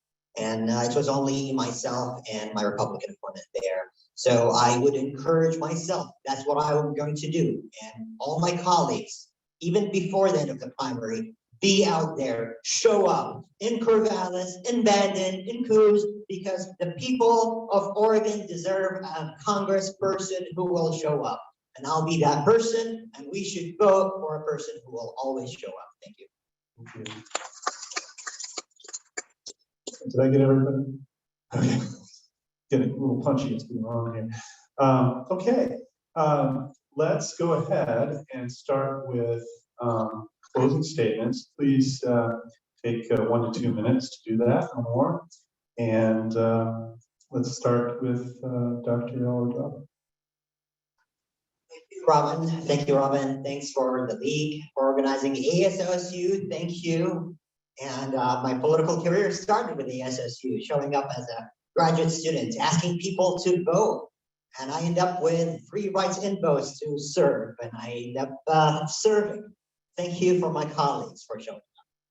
And I want to say, my faith in democracy is becoming stronger every day because we're showing up. We're debating the issues. We're talking about how can we protect the right to vote for productive health. I told you I lived abroad. I saw democracy under threat, basic human rights under threat. That's why I'm running. I'm running for the kids to have a better chance of America that works for them. No matter what their zip code or their color of their skin or gender identity or whatever identity they hold, they will look into America and say, this is a better place. They will look into the planet and say, this is a habitable planet that we can protect and preserve. I'm running to solve the problems, not on my own. As a member of Congress, I want to lean on you and on my colleagues so we can work together, address income inequality, establish Medicare for all as soon as possible, and single payer when we have the political will. But we will never have the political will if we don't show up. So thank you for showing up. I ask you for your vote for me. My name is Dr. Sami Al-Abdrabbo. I'm running for Congress. Vote for me, not despite of the diversity that I bring, but because of it. Because of the diversity of opinions, expertise, and perspectives that we bring together, we all will lead in a better way. Thank you very much. Thanks for a wonderful evening. And make sure you vote for Sami Al-Abdrabbo for United States Congress in Oregon 4th Congressional District. Thank you. Dr. Salter. You know, I looked at myself in the mirror back in December when DeFazio stepped down, and I said, well, geez, you know, why?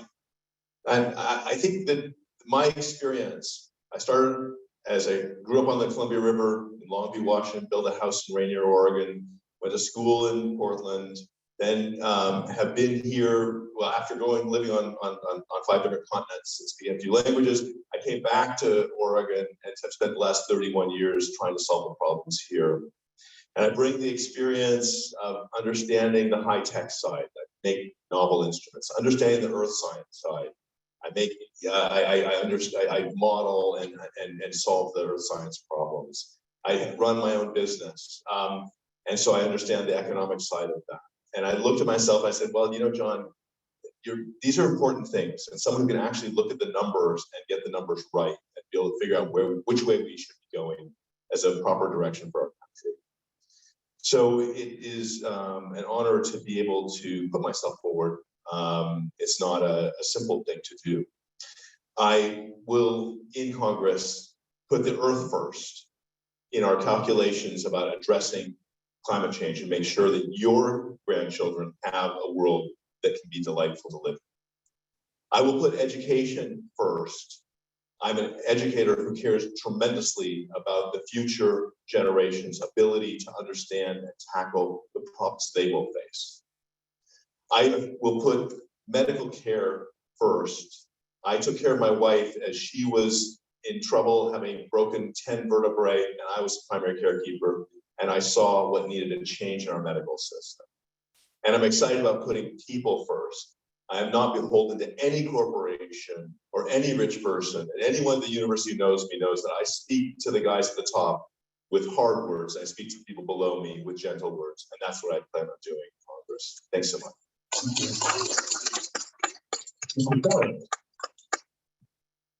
Thank you so much, Robin. Thank you to the organizers. Thank you to my fellow candidates. I say this every time, but I mean, it's hard. You all are doing a great thing, and you're doing it for the right reasons.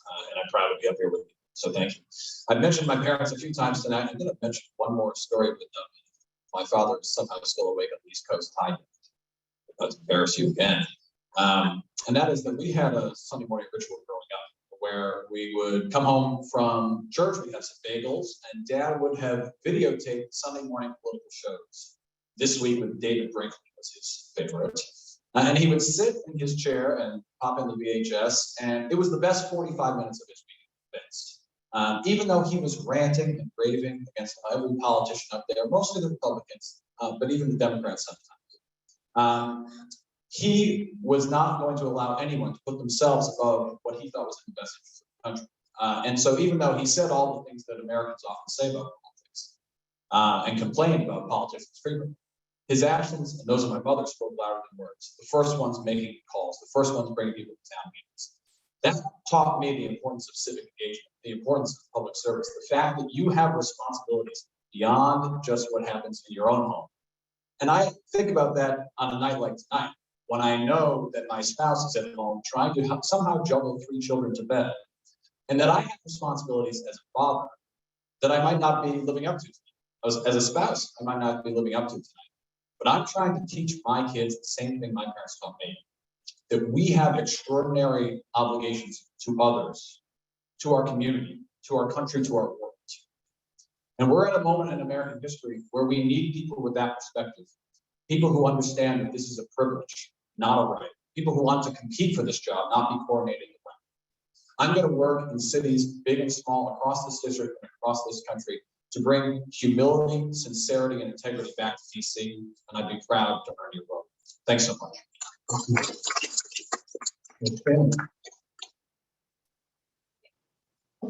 I'm going to take a stand for this one.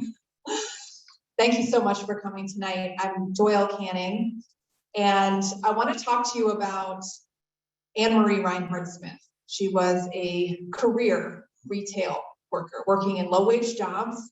And last year, when I was working for the labor rights organization United for Respect, organizing workers at Walmart and Amazon in the darkest days of the pandemic, we were invited to have a worker leader meet with the incoming labor advisor to President Biden.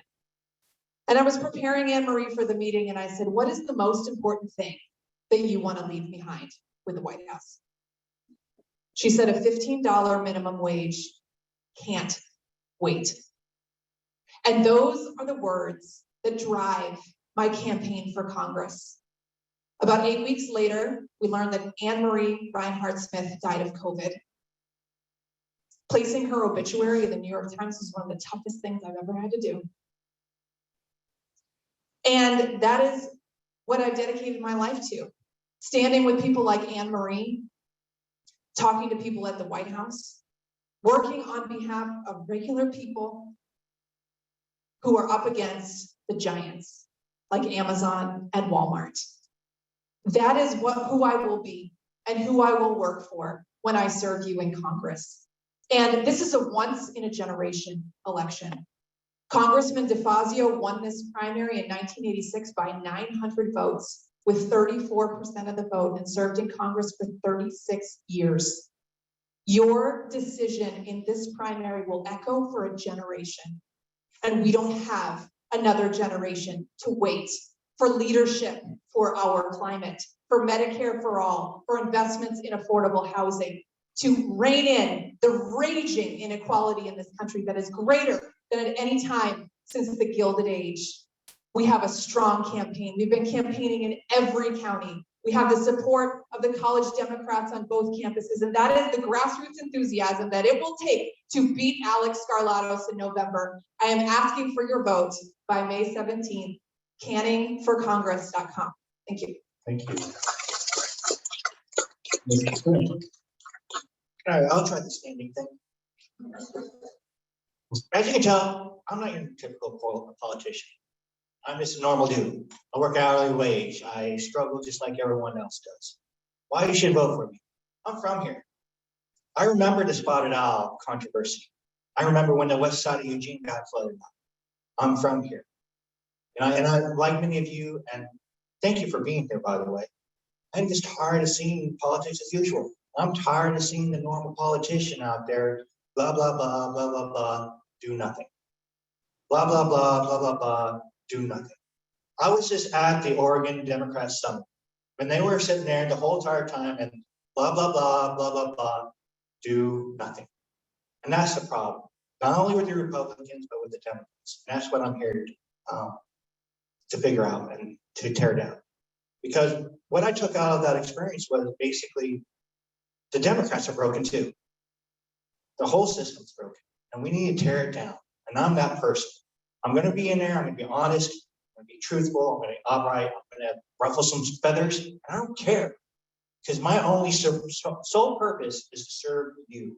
I only want to serve you. My faith says to serve you and everyone in our community. It's not to judge. It's not to force my beliefs on anybody else. My walk is hard enough on its own. Nevertheless, forcing my beliefs on other people. I use my beliefs to guide my own walk. And I think that walk is to take me to Washington. I believe I'm the voice in the storm to get people to calm down and start talking to one another, start being civil to one another, start remembering that we're neighbors. We all have the same wants, safety, security. We want the same things for our families. And we want a future. And if you vote for me, we will get that. Thank you so much. God bless. Thank you. Mr. Matthews, bring it on home for us. Guys, let's remember what the homework assignment here is. The homework assignment is to get enough vote to beat Alex Scarlato's. Right now, the Cook PVI, which is the partisan index, says that this district will for sure swing red. That's just the way that it happens. People here are ready to have a change right now. But what was that? Okay. So right now you have to find somebody that can beat Alex Scarlato's. I have a plan to build a green, renewable, smart city right here, which would be an investment in our constituency, so that whether you choose to live in it or not, you'll see your taxes go down just by hosting the city here. It's what's happening all around the world, and we could be at the forefront of this, and we could be a beacon for the whole world to show what it's like to cure homelessness, addiction, and to help one another out, and to put partisan politics aside. This also includes loggers and farmers, which our party has actually largely abandoned, and I'm not sure why. And this is why Alex will win if we nominate someone like Val. So this is where now the burden goes to you. You have 6 great choices here. So I hope you make the right choice, that we are here not accepting dark money. And I hope that I have earned your vote. To imagine what it's like when this district can unleash its true potential. And this district has so much incredible potential with incredible human beings in it. But right now, we're being held hostage by a $24,000 per capita, while our Congress truly does not represent us. We have legislation that we can enact that would make sure that our congressmen only get paid what we get paid. That way, when we do well, they do well, and they'll bring in higher paying jobs that will help all of us out. It's very simple economics here, people. But imagine what we can do as a constituency when we truly unleash our true greatest potential. Thank you. Thank you. So thank you all for coming. And thank you to the League of Women Voters and OSU for helping to put this on, and the facility here. And thank you, candidates. So let's give them one more big round of applause.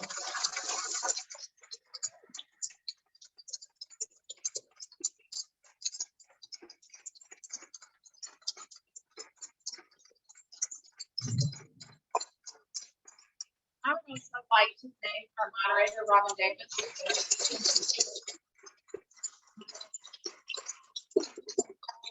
Showing up, and I think all of you for showing up as well. I haven't been in the theater in 2 years. I just don't know if show up tonight. I'm glad you're all here. I'm glad you're all asking questions. Thank you. If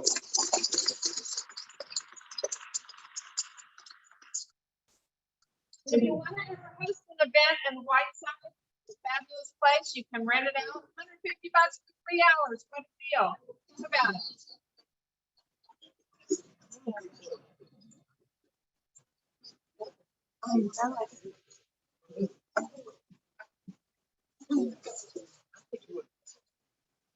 Yeah. Oh.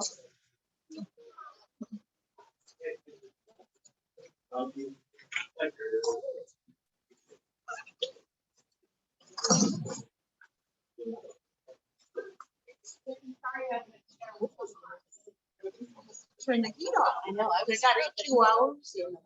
Get out.